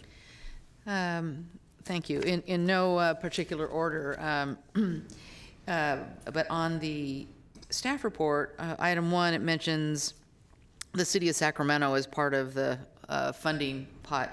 Has that been approved by the city council? Tonight at 5 o'clock. Okay, good. Then the... I'm sorry, but I will say, Supervisor, there's been a lot of discussion at the city, and we wouldn't be planning on it if we didn't think we were going to get it, but tonight at 5 o'clock. Just wanted to be sure that we weren't getting ahead of them. I did have a conversation with the city manager, and that's his recommendation is to do this. The second page under background, it says the departments will need the ability to amend or enter into new agreements with services providers to ensure delivery, blah, blah, and this may require bypassing of many of the current practices otherwise required. So will the CEO be approving those? We're in close contact with the CEO, yes. But here's the issue, Supervisor. We couldn't do the full competitive bid process, for example. I understand. Yeah. I understand that. I just want to make someone in authority is approving it. Yeah, Bruce and I are in constant communication. If we need to come back with retros, we could do that. Whatever's under my authority, I'll do that too. And thanks for mentioning that, Nav. That is our intent, by the way, is to come back with retroactive approval. You also mentioned that there'll be private security, and what is it they're actually going to do? Here, and this is the area of concern, is if they haven't had any training and working with the particular type of individual, variety of types of individuals that are homeless, any training, I'm just curious as to how they're going to handle that. Thank you, Supervisor. Yes, there is discussion with the private security firm about the homeless and some additional, we're giving thought to the types of additional training they might need. I might also add, though, that we intend to have discussions with the Sheriff's Office as well as the Police Department and talk about how they might be able to supplement that effort through increased patrols or whatever they might be able to do to help out, because what we're talking about is... What is the goal of the security? To keep them in or to keep others out, or... It's both, actually, and it's both, and also to address any situations that might occur within the hotels and motels. That I could understand, but okay. So you'll be working with the Sheriff's Department. That would be the intent, yes. Train the individuals, maybe. Okay. So one of the examples we have this morning, what Steve can tell me, I was talking, is that a couple of the trailers Couple of the what? The trailers at Cal Expo. Uh-huh. They've been vandalized. It's that They've kind already of, been vandalized. Yeah, so it's that kind of security. We need to get that beefed up so people are not vandalizing stuff we have. Okay. So it's that kind of stuff, just another example that we're looking at. As Bruce said, to make sure that security within the complex, security outside the complex, and also any property damage, if they can help, any impact on neighborhoods or businesses, that's for the sheriff and police department, not only city of Sacramento. We are also looking at some of the other suburban cities, so we will partner with them at that point too. Good, okay. Speaking of the FEMA trailers, and you were talking about what do we do at the end of this, is there a plan for removing the FEMA trailers? FEMA's pretty famous for delivering them but not picking them up. And I know Sure. at Katrina and other disaster sites, the FEMA trailers sat there for years. So I believe that, yes, there is. The city has the focus on the trailers at Cal Expo. I don't know the specific details, Supervisor. They came from state OES, and I believe that, yes, Bruce, that would be the case. And NAV has some yeah. I did speak with Cal Expo CEO, and I did speak to city manager. Both of them have entered into an MOU on how they're going to stand this up, and part of the provision is what they're going to do once this is done, how they're going to decommission it. So there is a plan that I've been told in place for that. Okay. Obviously, we're not forcing homeless individuals into these sites. So it's possible that we might not use all the funding there is for these sites that are being located. Is there flexibility in the money that is coming in to use it for another COVID purpose? Yes. Okay. Now, I'll tell you, starting out where we are right now, the group expects to use it, but should that not make the case? Should that not be the case as the next couple of weeks rolls out? We'd be back before you talking about other ways we might be able to use it. But yes, there is some flexibility in the use of that I hope funding. you do use it, that you can get a lot of people in housing, but just want to make sure of that. Okay. Supervisor, I might, to your earlier point about, because I've asked this question, if we're out there, you were asking about folks, we can't force people into these sites. Just like we said when we had our press conference when we announced the order, it's not the intent using the public health officer order to be heavy-handed about this. But we've talked about this. We're going to use education. We're going to use persuasion. We're going to use those outreach workers. I might add the sheriff has been very consistent in his message that they are functioning as educators too. Last thing they want to do is start citing people and arresting people. So. Right. So I mean, we're going to work very hard at that. Somebody asked me the other day, well, if you had a really bad situation, could you use law enforcement to? And of course you could, but that's not our intent. Yeah, I guess I'm thinking about the weather's getting nicer, and some people might not be interested in moving, but so. Okay, then I want to talk about a situation that I'm hearing from the heart groups. Okay. And that is about the encampment strategy and ensuring that there are toilet and hand washing for camps. In our case, we're talking about more than 10 people. And it seems obvious that the majority of the homeless camps of high intensity are within the city of Sacramento and on the American Road Parkway. But there are camps in the suburban areas, and they're not as large as the ones in the urban areas. And the calls that I'm getting are that the heart groups think that the suburbs are not being included or maybe excluded. And I mean, is there a way to provide mobile sanitation facilities to drive around to look for small camps? Yeah. I mean, the HOT team knows where these people hang out, and maybe reach out to the faith communities in the suburbs to make their restroom facilities available. They're not supposed to be in church these days, so maybe those restroom facilities, and I don't know if they could possibly get funding for that, but that would possibility. So really it's about the suburban side of this. So a couple things. First of all, Sacramento Steps Forward is doing a county-wide assessment of where the encampments are and where we ought to prioritize the sanitation equipment. But I'm glad you brought up the heart group. I'll make sure that we make a connection with them and have a discussion. Multiple groups. Beg pardon? I thought multiple you said groups. That's it's correct. Groups. Yes. Yeah. As well as the churches. I like that suggestion about what we might be able to do with them. Thank you. Yeah. You know, there are also buildings that are, you know, empty, large gyms, and, you know, the retail's been hit so hard lately that, I'm not talking about the COVID virus, just in general, the Amazon effect, if you will. So there might be buildings like that are available that are, a commercial broker could probably tell you where they are. But the church has hit me as a good one, and there's a great deal of interest in the mobile sanitation idea. Thank you. Okay, Thank you. Supervisor Frost. I had several questions also. I'll just go through them. The first question I have relates to the motels. Is there are you looking geographically, or are you, for convenient locations, is there a possibility of partnering with some of the outlying areas like Rancho Murrieta or Citrus Heights have expressed, both of those have expressed, have hotels that have expressed, and I know you're probably already aware of this. I just wanted to know, is there what is the method to your decision-making regarding the hotels? So DHA has done a wide outreach to motels and hotels about availability, and is very willing to make connections with the cities who might have other suggestions that we could follow up on. I received some information yesterday from different places about potential hotels we might touch base with. We're going to. So we will absolutely do that. It's not, the intent is not just to have them downtown or in concentrated areas. We want to make sure this is a countywide plan. In fact, without giving out the address, the first motel that we're talking about is not in the downtown area. It's more on the outskirts. Frost, if I could just jump in. I mean, one of the items, if you do have motels are contacting you, as you've done in the past, pass them on to me, because we pass them on to OES, and it goes into our logistics, and that way Bruce's agency folks can get to it.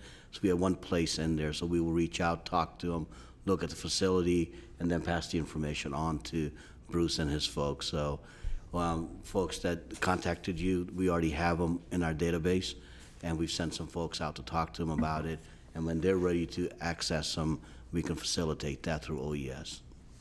So I wonder, because I know we're talking about how we're going to have to unwind this, but I wonder if there are some hotels and motels in the Sacramento area that have been underutilized and who might look at changing their business model to become a shelter as we're unwinding this, and if we're having those conversations, because this could be the answer to our sheltering, trying to identify.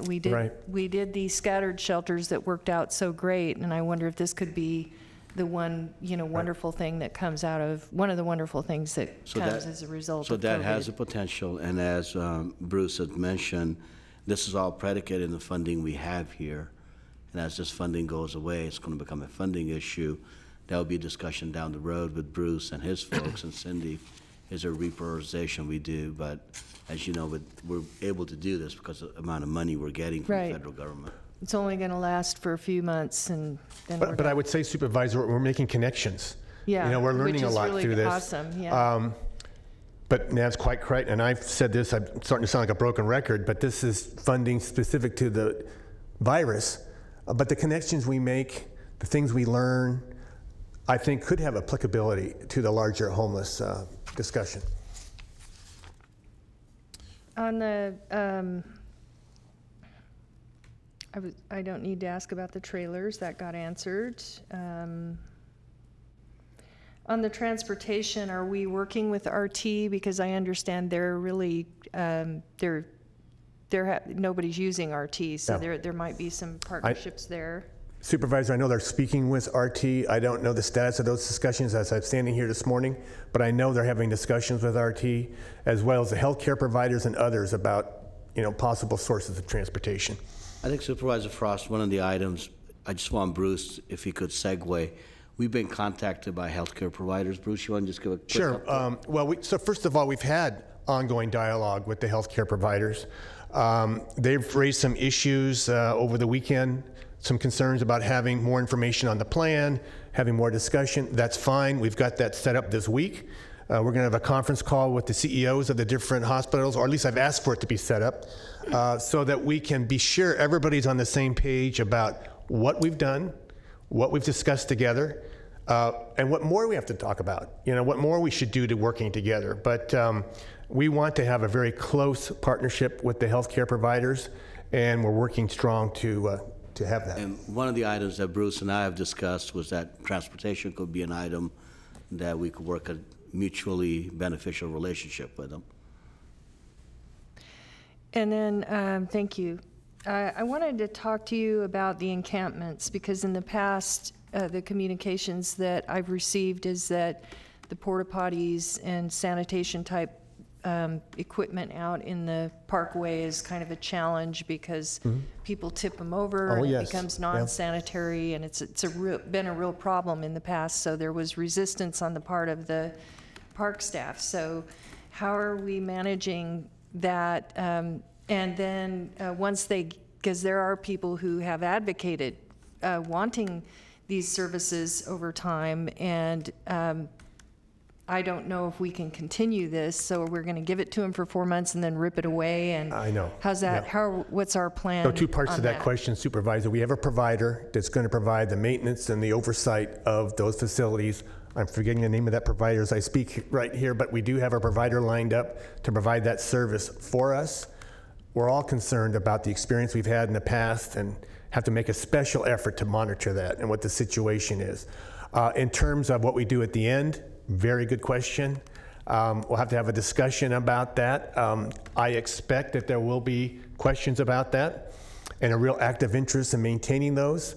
We're not making commitments to that effect as we stand here today, certainly, but I'm expecting we'll have to have a lot more discussions about that. And the funding that we have is the funding that we have, and we're going to have to talk about this exit strategy so everybody's on the same page about what the expectations are. But I do expect some pressure in these areas. We know that's going to happen. We're working closely with providers to start those discussions. Yeah. Yeah, I think the concerns that Parks has continues to be a valid concern, and we're hoping that with the two providers that Bruce has mentioned, and with our park staff, that we can continue monitoring it. And if something does get vandalized, it gets vandalized. We have to go get something new, given the circumstances that we're in. And then I noticed the funding, different amounts of funding for different jurisdictions. Is that just based on their need? Obviously, Sacramento City has way more homeless people, so is it based on the application that we put in, or? Sure. So the funding amounts, as I was saying, Supervisor, are based on previously established allocation formulas that the states and the feds have used for getting this money out. But what the team did was they made an assessment of all the money that was coming in, of what our situation is with the homeless population, working closely with public health staff, and determine how should we as a team decide how best to address this problem and target this funding for different purposes. So in the chart that I showed you, they've decided what we ought to use for the motels, which is largely our money, what we ought to use for the trailers out at Cal Expo, the sanitation. So that's been a very important part of their planning, right? Mm-hmm. And I just want to say that there's been no turfism or anything like that about this that I've seen. There's been a real willingness and an understanding that it's critical we work together to decide how to use this money. Supervisor Frost, I think the other part of your question, I think you're asking, is that the reason why this funding came in that way, City of Sacramento in the last round with homeless funding, the governor had made money available to large 13 cities. So they got some money from that. And then the continuum of care was given some money, as were the counties. So they used the exact same formula to push this money out. So the suburban cities, since they're not that big, they did not get any of that allocation. CDBG and home, as Bruce said, those are the existing formulas that exist for the unincorporated and for City of Sacramento, and they use the same formula to push that money through. And so this plan have all the partners in this plan been meeting with all the jurisdictions and so forth? There's certainly been discussions with other jurisdictions, Supervisor, and as we roll it out, I can assure you there's going to be close coordination with all the different cities and jurisdictions in the county to make it a success. We know we have to do that. As you're aware, some of the folks that have contacted us that have hotels or motels, they're not just in City of Sacramento. Right. So as to Bruce's point, once we get the approval today, we will continue to reach out to those jurisdictions and say, hey, we have a property, this is what it is. And then they have to go through their process, talk to their elected officials. And decide if they want to participate. Right. You know, I will say, Supervisor, before we did the stay-at-home order, we had a very effective Zoom conference call with the city managers and chiefs of police, as well as Sheriff's Department, with everybody. Got them all, not together in a room, but we got them all on the same call and worked through the order and discussed it. And I think that helped a lot in terms of how we rolled that out. So that kind of technique can be used for those discussions. And finally, I just want to thank you. This is so thoughtful. The plan is thoughtful and thorough, and I appreciate all the hard work that you and everyone did on it. Thank you, Supervisor. Supervisor Tully. Well, I would just start with echoing Supervisor Frost's comments and others that have been made here. Certainly thanking you, Bruce, and all the folks that have been working pretty tirelessly over the last number of weeks to, I think, one, to determine how we were going to best implement, but certainly all the various things that have to go into putting forth a plan like this, and then executing it in a way that makes good use of the public dollars, but addresses the tremendous health need and helps us all, hopefully, to ride this pandemic out in a way that really addresses sickness and certainly hopefully avoids death amongst any parts of our population.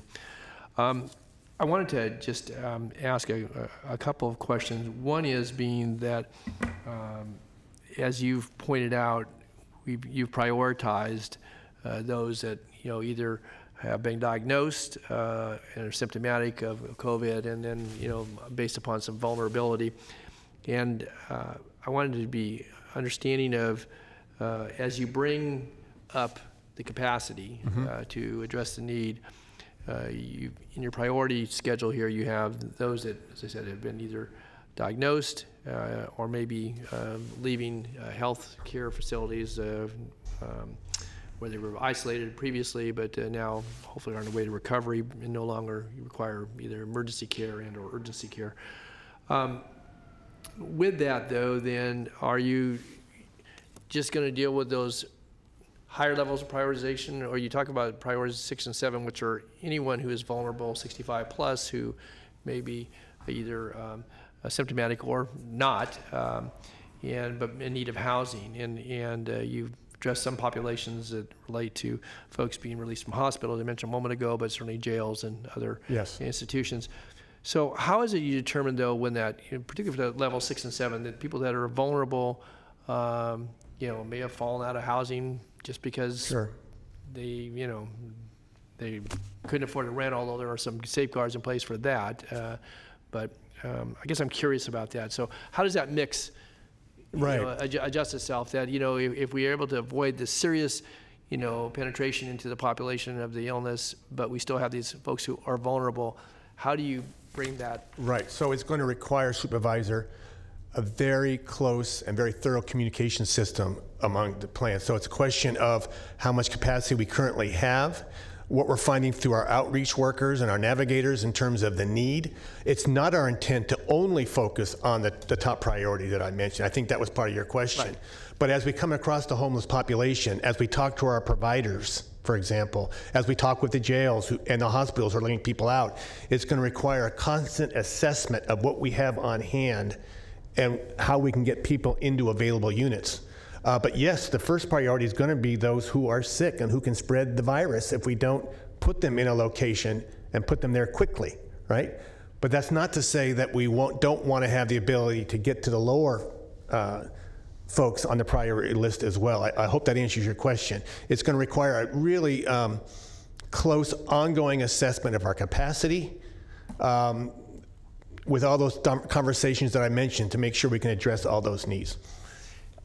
One of the things that occurred to me, and again, we've seen, the court order releases from the jail, which is, in excess of 600 folks have been either released or about to be released. And it would seem to me that close coordination, to your point, with the Sheriff's Department, some of those folks may, obviously they were residents of this county, if they're, in large part were sentenced here to do their time. So they may have a home to return to or not. And so I think it's really important that with certainly with the sheriff's department on that end of it, and navigators, and obviously folks within the framework of the correctional institutions to make sure that if those populations are going to be housing insecure, I guess, if nothing else, coming back out in the community, and they haven't tested positive, because I mean the report we've had, we haven't had any incidents in the jail. But if their exposure would be obviously heightened because they're going to be now released into the general population, I think that needs to be a real focus. One other thing I would just make mention of, though, and I think that it's an important question, and I didn't see it answered here. Amongst the homeless population, I think we're well aware there's some folks who, because they can't get housing elsewhere, that may be registered sex offenders or unregistered sex offenders. How do you intend to, again, we're certainly looking at the health piece of this, but if you're going to move folks into a kind of a congregate living situation within motels, hotels, with county sanctions and so forth, is there any screening process for that? Again, you're largely not going to mix probably children in that mix, but you certainly may have male-female mixtures, Sure. and some of those folks may not have registered. So let me answer that question in two pieces. First of all, I mentioned the security that we are going to have available at the locations. But as to whether we're actually screening for prior criminal history or something like that, frankly, I have to check with the team on that to see what they're doing about that. It hasn't been part of our discussions. It probably should be. I'll find that out. Well, I think just as you segregate, and I don't mean this in any negative way, but as you're looking at your population and where you may place folks, I think that, again, to get them out of harm's way and to deal with the health crisis, I would hate to see us, have some unintended consequences. Thank you. That's a good point. I think we'll make sure that, because parks and probation do help with the homeless population. Right. Yeah. And as we go through this, we'll make sure that we're checking for that. Okay, so Thank you. again, and how you deal with that, I think is, certainly, you can look at it from the health standpoint, but there's another lens to look through this as well. No, Supervisor, I'll bet you that when I go back to the team, they'll have something to tell me what they've already thought of on that. I just can't remember what it is right now, to be honest with you. It's more working with parks and probation and getting stuff through. Okay. Just a question about the hygiene facilities within the parkway, and I think you've correctly addressed it in a very, I think, neutral way, but recognizing that once those facilities are brought in and people become reliant and or dependent upon those facilities, and it may have the intended result relative to better hygiene and prevention of the spread of the disease. We also have strong county policies about the conduct within the parkway, in particular, and we recognizing obviously that some court decisions have rendered some of the ability to enforce certain aspects of that. We're unable to do that. On the other hand, other activities that go on in the parkway that continue that would either deteriorate or desecrate the environment down there have nothing to do with this immediate crisis. I guess I'm concerned that at some point, or maybe it needs to be clear by the providers that this is not sanctioning of a long-term commitment to that's the will of this board and through a policy discussion some later date than we get there. But this is to deal with the immediate health crisis for this period of time. And if I could, Supervisor Natoli, that's been an ongoing discussion with Bruce on this item. That's absolutely the foundation on this. Okay. And we've been, I'll just say to add to Ned's point, we've been very clear with folks as we've talked about this. We know the discussions that are coming. This isn't our first time we've been around on this, I know. but we've been very clear on with everybody about Even that. in conversations with the city manager for Sacramento, I've been very clear that this is not an entree into something bigger and broader. As Bruce said, there's a way to take this thing apart, which we will have to. Sure. But at that point, if folks want to have a different conversation, Bruce and his team are ready to have that conversation. But today, it's more about the coronavirus and what we're doing for public health. Right, to deal with the immediate health crisis. Thank you. And I'm supportive of that. Just a couple of other quick questions here. So I think I mentioned even in our board member comments last week that I know that I've spoken with a couple of different parties, and you're familiar with both of them, that would be open to accommodating, depending upon the circumstances, certain, at least in certain segments of the vulnerable population. What comes to mind is the Veterans Resource Center, and it may be for highly vulnerable persons that, I think with some focus on veterans, but I don't think that's exclusive. And I've had a conversation with Chris Johnson, who you've certainly met in previous discussions about long-term commitment to serving folks, in a facility that's going to be totally renovated, and it's nearing completion, if not right there right now. And I think would be an opportunity that we would at least have that conversation, maybe, certain parts of this vulnerable population. And also St. John's, I think we're well aware that they provide for women and children, and they have a population already that they serve. I think, for any of the shelters as mentioned in here, we certainly would be concerned about introducing more risk into what's already a fairly confined population. But I think it's important, because I would imagine we have any number of women that are in this population, probably some with children, and they may not be 65 or older, but again, still vulnerable for lots of other reasons. And so I would hope that our conversations would include those two potential providers, and whatever might be as far as challenges they would see in accommodating some additional capacity. So, well, thank you. We will make contacts with both. I saw your earlier email on the Veterans Center, and it's very possible that folks have already made that connection. If they haven't, they will. If they haven't, it's just because they've been so busy. But thank you for that offer, and we'll check it out. Okay, good. I appreciate that. Lastly, and this is, I was going to bring up my supervisor's comments at the end of the meeting, but I think it's relevant because it's another vulnerable part of the population. And I spoke with Mr. Gill about this yesterday, and I think mentioned it a few weeks back, and that's our IHSS recipients and their caregivers. And a lot of those folks are housed and are being cared for, but a very vulnerable population for a whole variety of reasons. And one of the challenges there, and I guess this kind of goes to the point I want to make connected with this item, is their ability, and again, I want to thank Michelle Callejas. She got back to you on the specific situation I've spoken with you or at least with NAV about, but they're having difficulty in getting those basic hygiene products. Products, and so whether it's toilet paper, paper towels, rubbing alcohol, hand sanitizers, some of those things that are essential to their care and custody of folks that they're taking care of, but also for themselves, who are in close contact with folks. And I just think that that's an at-risk population that needs some assistance. And everybody may be scrambling for the same products, but we are obviously going to have an angle on some of those to address the homeless population. I guess I would like to see how we might integrate that into our emergency response. So what we did, sorry to jump in, I did talk to our OES folks and the logistics, so kind of the products that are needed, we are getting them in touch with vendors. Michelle has contacted them, so if they need cleaning supplies and things, so we are getting them in contact so they can have access to that.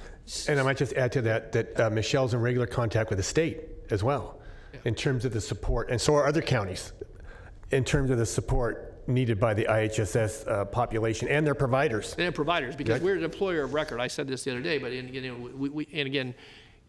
we've had such strong engagement in this county with this board and certainly with our staff, and again, it provides a tremendous opportunity for folks to remain living independently, but in good care. And the specific case, as you mentioned, Michelle is looking into it, and our OES folks are looking into it. Right, they were going to help with that, but I think it's emblematic of a much broader issue for caregivers and for their recipients of all ages that are very vulnerable. And so if we're going to secure some of those products, it may be that working through the IHS authority and certainly through OES, that we can at least have a small cash available that we can. Michelle's absolutely in contact with them and setting whatever protocols that she needs. Okay, all right, thanks. That's all I have. Thanks, Bruce. Supervisor Kennedy. Chair, I don't want to get too much into the weeds on this, but while we're talking about vulnerable populations, as we well know, there's a large number or a significant number of the homeless population are households and families, whether they single parent families, two-parent families. If they are two-parent families, the chances are that they're high that they're going to infect each other because they're living in their car or something like that. In that case in which a parent or two parents become infected and we have them participate in this program, I'm hoping that we're putting in the mix. I don't know, and I'm not expecting an answer or plan. I'm just throwing it out there as something that I hope is on the radar. To keep them together, essentially, is that? What do we do with the children? I mean, this Children's Receiving Home is taxed, the Sacramento Children's Home is taxed, the resource families are taxed. I don't know what the answer is, and I'm not expecting you to have it, but I hope that's part of the mix right now. Thank you. Thank you for pointing it out. And I'll bet you anything the team has thought about that and what we might do. So thank you. Thank you. Okay. I have a few comments. So I don't want to repeat what has been asked and answered and what statements have been made about the fine job that I think you and your staff, Bruce, are continuing to do to roll out this plan and do it as fast as possible. I've said this in the past, at least during the past 3 weeks or so, that I view our jobs as twofold. One is certainly to continue to do our jobs, to deliberate as we do and is expected to do as a board. It's certainly to make sure that the professionals are experts in county government across every agency and in every capacity in response to the COVID outbreak have the flexibility and to do what they need to do and are uninterrupted. So I know that we try to feather the throttle a bit on our questions and our emails and whatnot, so that you're not completely just answering our questions all the time. But I also see our roles as doing everything we can to disseminate information as timely as possible to our constituents. So I know that we've kind of gotten to this groove of certainly updating information on our COVID-19 web portal, which is great, which is fine. And then that's, again, an evolving resource for the public to access. I know that we're doing these news stories, quote-unquote news stories, about different efforts relative to our response, and that's fine too. But on this particular issue, what I would like to ask the CEO to do, working with our Director of Communications for the county and with your help, Bruce, is if you could provide the five of us with something that is easily transferable, that can be communicated easily, whether it be through our various social media portals or otherwise, even an email response to folks that have concerns that they might share about the timeliness of our response, all of that. I just think it would be good for us to have a consistent message, one that's not just a boilerplate news story, but actually is something that kind of covers the comprehensive aspects of all that we're doing with regards to making sure that our most vulnerable population is being taken care of and has the resources that they need. Kim's working on that. Great, thank you. Supervisor Tolley? Yeah, if I could, Bruce, on a related matter, I was going to ask it earlier, and I apologize for not having included my comments or questions. As it relates to the food distribution, but certainly food availability, and we haven't talked about it in our board meetings, but I know obviously we're probably getting appeals from different organizations and so forth. The food pantries, the food closets, the food distribution centers, they're all scrambling, and part of that is certainly folks that may be already at risk or vulnerable. They're not necessarily all within the population we're talking about here. What are we doing, and what's been the response? How have we coordinated through OES? Sure, because again, and these aren't not just the larger ones that have their household name, but they're scattered throughout. But I know a number of them have had to close their doors or basically shut off the availability of, because there was a run a couple of weeks ago, as we saw in the stores, for those who could purchase the food, but for those that were in need of it, a lot of those donations tailed off.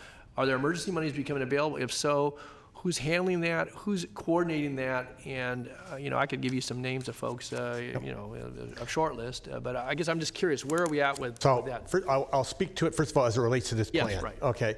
As it relates to this plan, Sacramento steps forward, has the lead on the encampment strategy. They have an arrangement with Loaves and Fishes initially to provide meals. And they've got a range of, I think, in the neighborhood of 400 meals, one hot meal a day that they're prepared to provide. As it relates to your larger question, though, about the funding available, the food pantries and the food banks and things, and their connection with OES, frankly, Supervisor, I'd have to follow up on that. Actually, Bruce, I can help you. Yep. They are in touch with OES, and the National Guard came out minus the guns and everything to help them get the food out. If you have more contacts, if you can give me offline, I can pass it on to Steve, and he can put them in, and they're working with state OES with that too. Yeah, River City Food Bank obviously receives some help, but it's, it's one thing to have help if you have the food available, but if you don't have the product for your, the lines are long. And that's if you can give us the names, we can get them in touch with state and get resources into them. Okay. So I'll just, after the meeting, I'll stop by. That'd be great. That's thanks. And just back to the distribution. So what about the folks you're going to house them? Are they then getting meals delivered to their rooms? So anybody who's housed. Beg pardon? Anybody who's housed at a motel or in a program will get their meals in room? I believe so, yes. I believe so, in room. They have to be because they're being isolated and quarantined. So, yes. Okay. So, and how's that being? Who's doing that? They have a provider for that. It's the provider that I think that is in line to do that is Goodwill. Okay. Which you've heard the term the Next Move group. I think they're part of the same group actually, as I understand it. Right. Okay, so that's part of what goes with the package of housing folks, Feeding them. Feeding, yeah. Okay, thank you. Thanks, Mr. Chair. Supervisor Frost. Feeding them and providing detox and everything. Detox and like if they're providing service, if they're being isolated for 14 days and they're on heroin and meth, they're going to have a hard time. Supervisor, they'd handle that on a case-by-case basis, obviously, to determine what that participant needed. Yeah. And they would do everything they could to arrange for the services that person needed as part of their contract.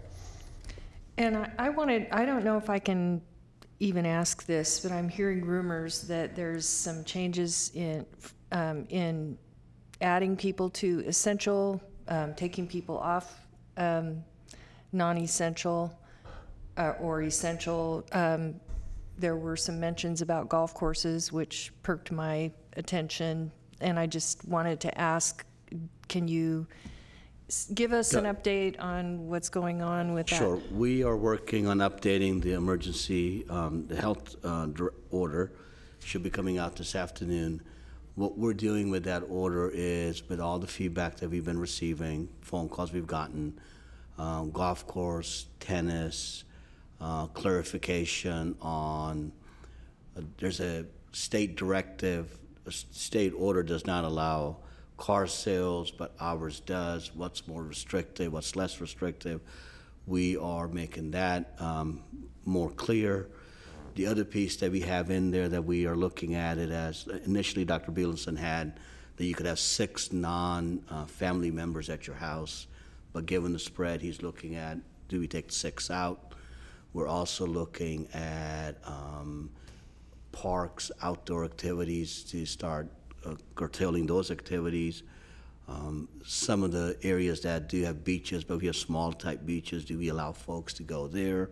We're looking at those kind of restrictions. And then the main one is, with all the CDC guidelines, when you have an open business, a lot of our businesses already comply with it, but it will give you the guidelines to make a standard on how, when you're interfacing with folks, what you're doing. So those are the kind of things we're doing. Anticipate sometime this afternoon, I think once we get done with this meeting, is Bruce and I are going to look through it and put that out, and we'll send that order out to you. But are we still looking at it with the lens of, how can we try to help them be out there and active? Like you said, they were thinking about closing golf courses. Well, some of our golf courses are ready to go. We're struggling before COVID, and they're really struggling now. Yeah. And there are some golf courses that have people they can only play one at a time, or they have different rules. Is there a way, rather than just shutting them down, that we can? I think the advice we're getting, Bruce and I are getting from Dr. Bielenson, is more closing it because of the close proximity. Same thing goes with tennis. Close proximity. Just between players. 6 feet. Between players. Between players. What about if they just play alone? a walk in the park. I think Dr. Bielensen's advice as of last evening is that this is an activity that he would like to curtail. The fundamental thing that you're seeing a change is that we were very, if you will, permissive. We were taking one step into looking at more activities to bring the numbers down. So as he's looking at it with his public health team, they are identifying activities that they think that we should curtail. But that's what Bruce and I are working with him at this point. To your point, Well, the numbers are looking a lot better. They are looking better. We want to keep them better. Anticipated, so and we want to keep them better, and we want to keep pushing down on that curve. And we've had some success with this, but the balance you have to draw here is, yes, people have to get out and walk around and get some exercise, but it's very important that we take every step we can to mitigate this virus. We don't want the experience they're having in New York, the experience they had in Seattle. And yes, we're seeing good trends here, Supervisor, but we got to keep that curve down so that our apex is not what has happened in other jurisdictions. So it's a difficult balance that you have to draw here about what you leave to be, what you allow to be open, what you don't. The main focus here is to mitigate the virus. So one thing in there is we will extend it, I believe, up to May 1st. That gives us, even prior to that, if we see changes, we can make a change to it. It's a living document, if you will. Oh, okay. So it's not, it's done and this is it. If the numbers continue, if Dr. Bielensen and the public health staff think that there is some easing we can do, of course we'll look into that. Yeah, but as of right now, the main things that we're changing is the congregation of 6, golf courses, tennis, and the CDC requirements to post that in there so that everybody knows what the rules are. Well, I know health and safety is most important. I had to put a good word in for my golfing friends. Trust me, we had a very spirited We've had some very spirited, and we've had, you can imagine the input that we've gotten from the public on these questions too. But I just want to assure you, we're doing a very careful assessment. We have got to keep that curve down. And I'm very pleased that we've had some success with that. And Dr. Bielensen has been quoted as saying he's cautiously optimistic about what's going on here. But we have to keep the foot to the metal, frankly, to make sure that stays down and control this virus. Well, have we had an incidence of corona from the golf course? Are we getting We've had issues raised about not just people congregating in the clubhouses, on the driving ranges, and things like that we have to look at. Can augment what Bruce just said, we do get complaints about golf courses. That's one of the activities that we've gotten. But has anyone gotten it who we track back to a golf course? No, it's very hard to say, Supervisor, where somebody got the virus. You know, it's very hard to say that. Right. Thank you. Supervisor Tully. Yes, since we kind of migrated to the discussion about the health order, which is certainly related to all this, I'm just curious because I saw the notification that this upcoming weekend is Easter weekend. It's going to be a nice spring weekend. There is still encouragement for folks to get out to socially distance and so forth. But we're going to close all the county parks. Is it the intent then, and as that health officer, that we're going to close the county parks between now and May 1st for the ensuing next 3 weekends? That's what's on the table for discussion. Liz has already done the parks at this point. Well, yeah, for this weekend. This weekend. But I guess I'm going there because people are going to get they're getting cabin fever. So there's 2 items on the health order that when we get done, we need to have a conversation with Liz. It's going to be the impact on our golf courses because we run our own golf courses, and what does a park closure look like? And that's a determination that's made by the health officer? It's the health officer, but we do want to talk to Liz to see how we're going to operationalize the health order on that. And when we say we close the parks, is the bike trail closed as well? That's part of the conversation. Okay. A lot of people are using the parkway for exercise. I know, and we don't supervise. We understand that, and we have to look at that absolutely. Let me get input. Yeah, if you, as I have, I'm one of those that my dog runs away from me because I say, well, it's time to go for another walk.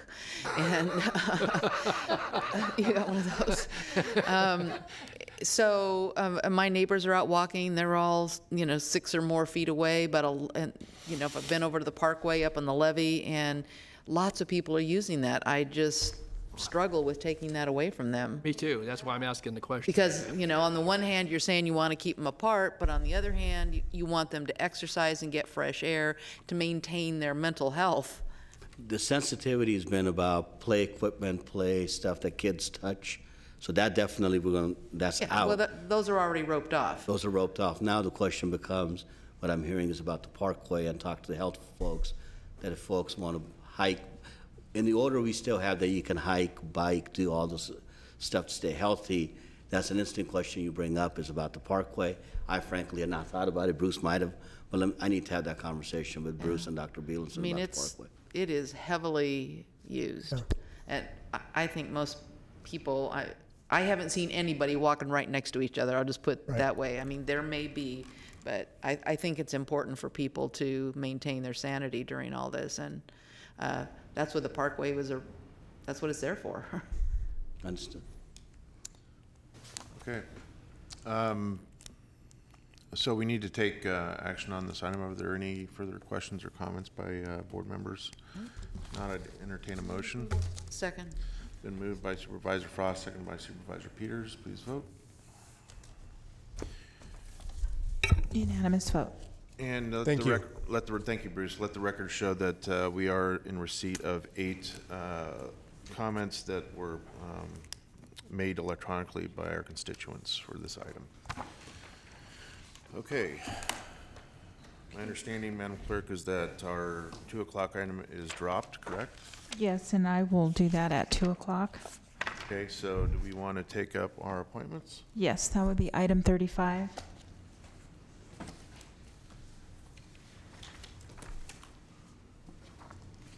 Okay, you are continuing to May 19th. The Cemetery Advisory Commission, Rio Linda Alberta Community Planning Advisory Council, and the South Sacramento Area Community Planning Advisory Council. And for your matters today, we have the Adult and Aging Commission. Okay, Chiefs are recommending continuing the item till May 19th. Cordova Community Planning Advisory Council, Mr. Natoli. No, I think it's District 3, isn't it? I have District 5. It's a District 5 appointment. Oh, I'm sorry, I didn't have that, so let's continue that for 2 weeks then, please.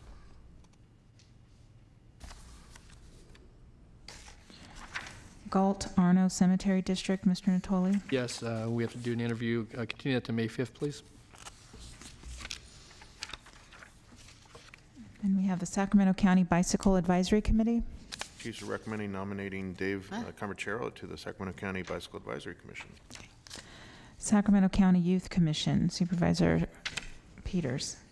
Please continue to May 5th. Sacramento Housing and Redevelopment Commission. Chiefs recommend continuing the item until May 19th. And we have the Vineyard Area Community Planning Advisory Council, Mr. Natoli. Yes, I would nominate Lee Miller. Okay, and you want to continue the remainder Yes, please. to May 5th. May 5th? Please. Okay, and that concludes your nominations. Okay.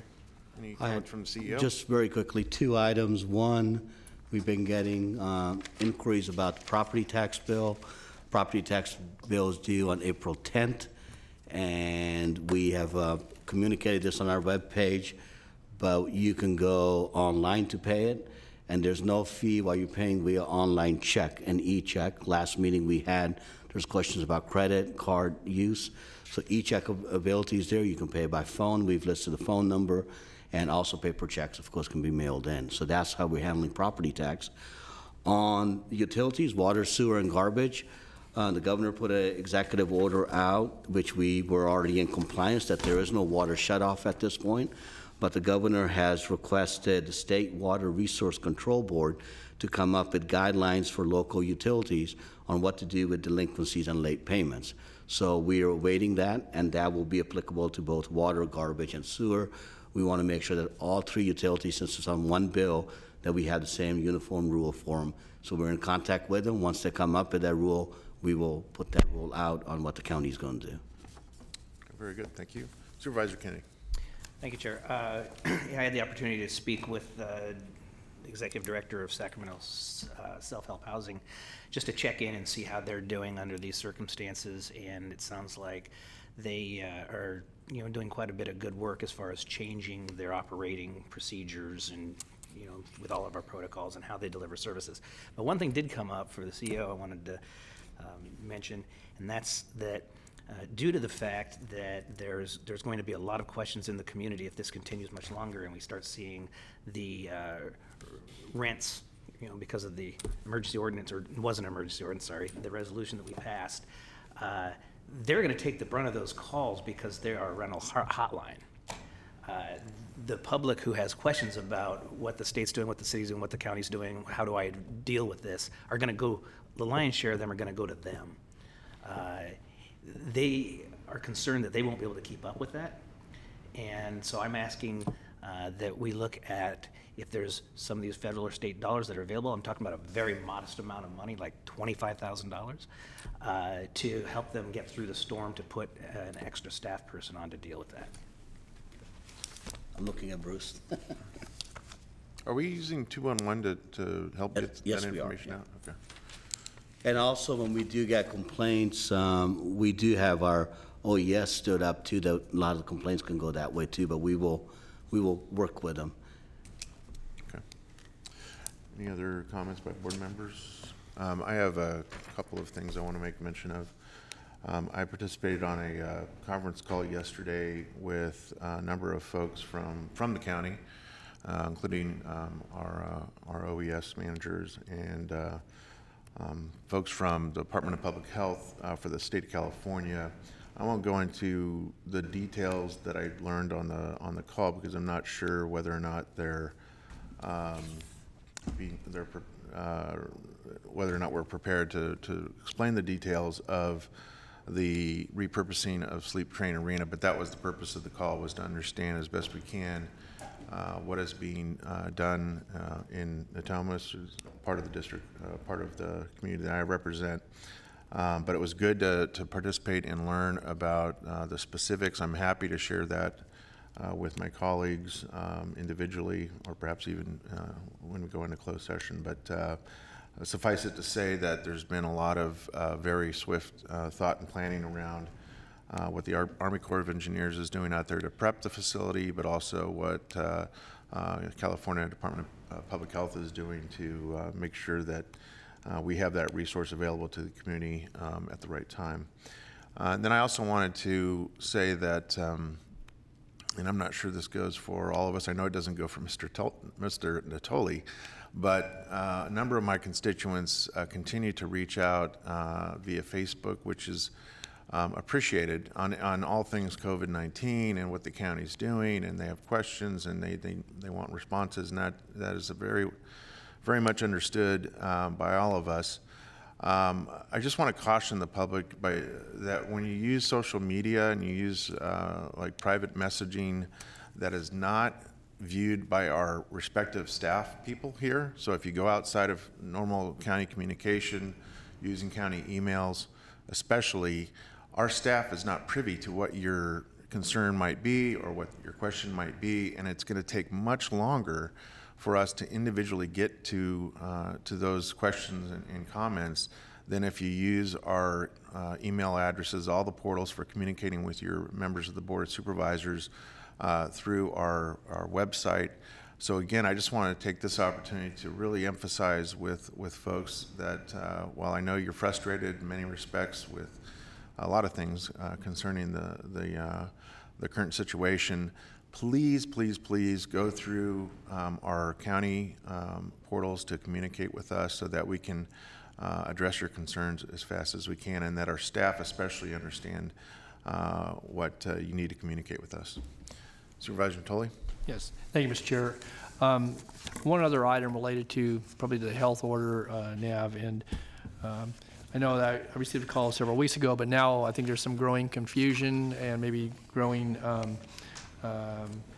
disparity between how it's being instituted, and that is as it relates to use of your own bags when you go to grocers or to other to pharmacies and so forth. And there was an article in the Bee on Sunday, and I know that Mr. Fong from the Grocers Association spoke to it, but different chains are implementing different policies, and some now are not bagging, some are not even they're discouraging you from bringing your reusable bag into the stores, and Discouraging, refusing.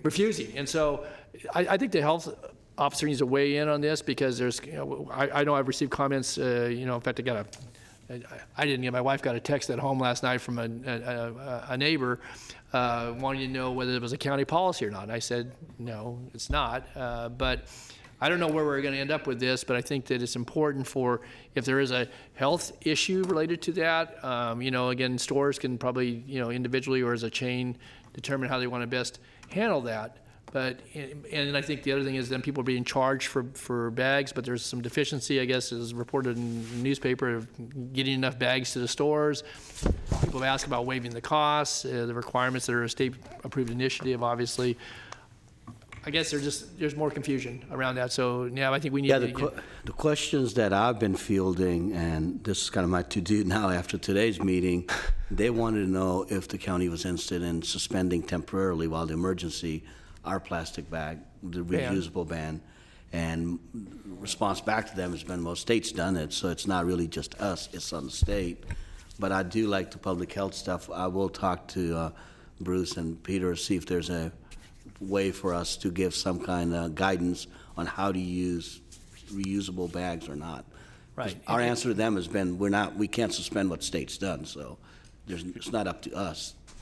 Right, but now we're getting different, stores within our jurisdiction that are, that are doing different things, and some are giving bags out for free, some are charging, some are as Ms. Peters said, refuse to even allow you to bring them in. So yeah, their question's been is that there's a lot of grocers that are not charging right now in the unincorporated. So if you go in, they're just giving you the bag, plastic bag, whatever you want. Whatever they have. They wanted some uniformity, right. And that's what I'm glad you brought that up. I need to talk to Peter and Bruce about it. Is there any uniformity that we can provide to that? Yeah, it'd be good to have some guidance so we can respond to people and that, whatever information is out there. So, okay, thank you very much. On that note, could we, once you get the definitive answer on that, Nav, can we just add that as an FAQ on our webpage? Sure.